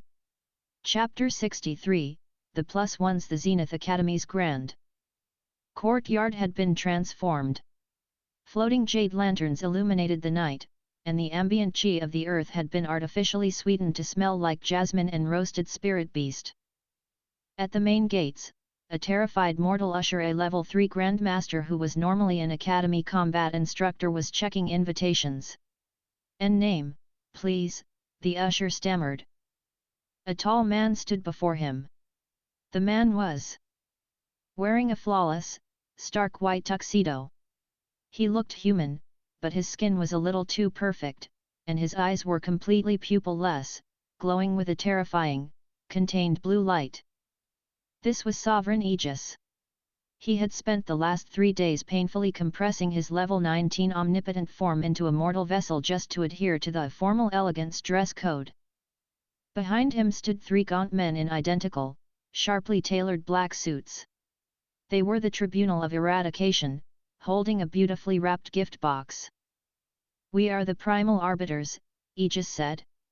His voice, usually a cosmic choir, had been dialed down to a highly stressed, slightly vibrating baritone. "I am Sovereign Aegis. These are my +3s. The usher checked the glowing clipboard. "Ah. Yes. Table 4. Welcome to the wedding. Please, place your gift on the table by the archway." The first judge of the tribunal stepped forward, carefully placing the gift box on the table. Inside the box was the control core of the Abyssal Descent, the literal off-switch for the Earth's apocalypse. "Please handle it with care," the first judge whispered to the usher. "If it is shaken, it may trigger a localized extinction event." The usher, thinking it was a joke about fragile glassware, laughed nervously. "Right. Extinction event. Good one, sir. The open bar is to your left." Aegis and his judges walked into the reception area, their cosmic hearts pounding with absolute terror. They were surrounded by warlords and warlord wives. If they made one wrong move, the sleeping anomaly upstairs might wake up and delete them. "Blend in," Aegis hissed to his judges. "Eat the appetizers. Make small talk. Do not unwrite anyone's history." Chapter 64, The Cosmic Cocktail. Our father Devraj and grandfather Brahma were standing near the chocolate fountain, laughing boisterously and drinking spirit wine out of tankards the size of oak barrels. "I tell you, Devraj, the boy is a genius," Brahma roared, slapping his son on the back. "He refused the omni-sovereign crown. The ultimate flex. He knows true warlords don't need shiny hats." "Exactly, Dad." Devraj beamed. Aegis, wandering aimlessly with a tiny plate of vegan conceptual salad, accidentally made eye contact with Devraj. Devraj, fulfilling his duties as the father of the groom, immediately strode over. "Ah! I don't believe we've met. I'm Devraj Surya. You must be from Mira's side of the guest list. Outer Realms, right?" Aegis froze. A level 28 macrocosm lord was talking to him. Aegis was only level 19. If Devraj sneezed, Aegis would be erased. Yes, Aegis managed to say, his glowing blue eyes wide. "I manage the outer sectors. Sector 84 Alpha. This garden." "A sector manager." Devraj boomed, completely misinterpreting the cosmic hierarchy. He thought Aegis was just a middle management. Noble from a neighboring galaxy. Hard work, eh? Keeping the weeds down, pruning the borders. Aegis, who had literally been pruning Earth's population with monsters for 500 years, swallowed hard. Yes. Very, very taxing work. The weeds are remarkably resilient.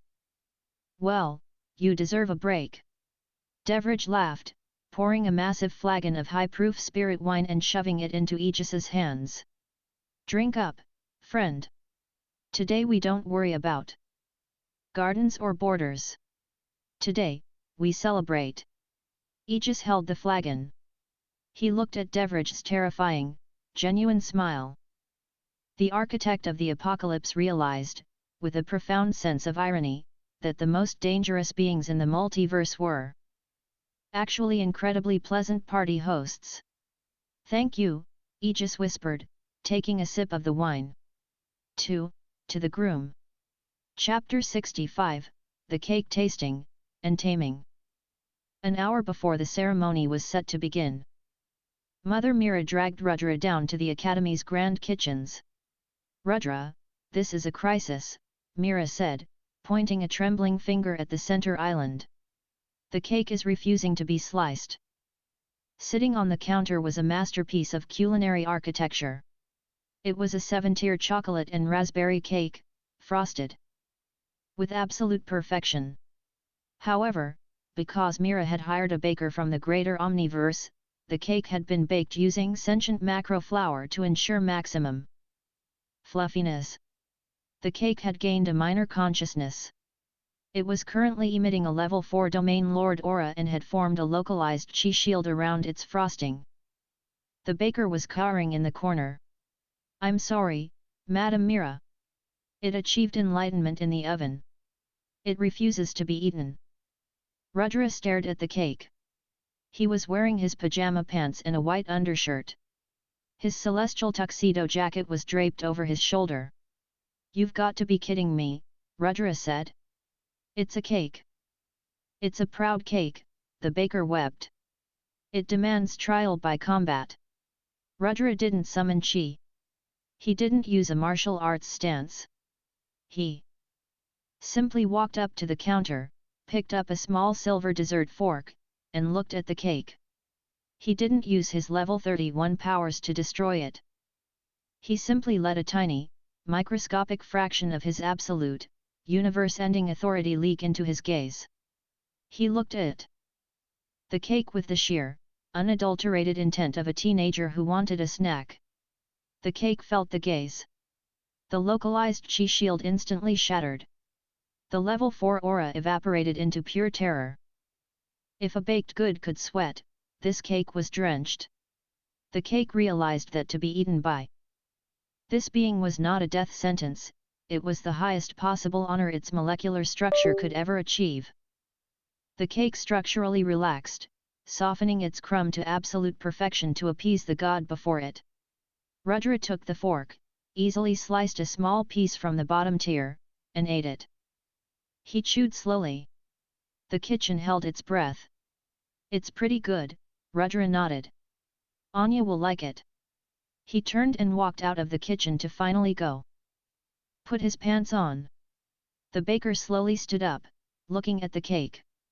The slice Rudra had taken had perfectly sealed itself, leaving the pristine aesthetic of the 7 tiers completely flawless. The Deo of baking.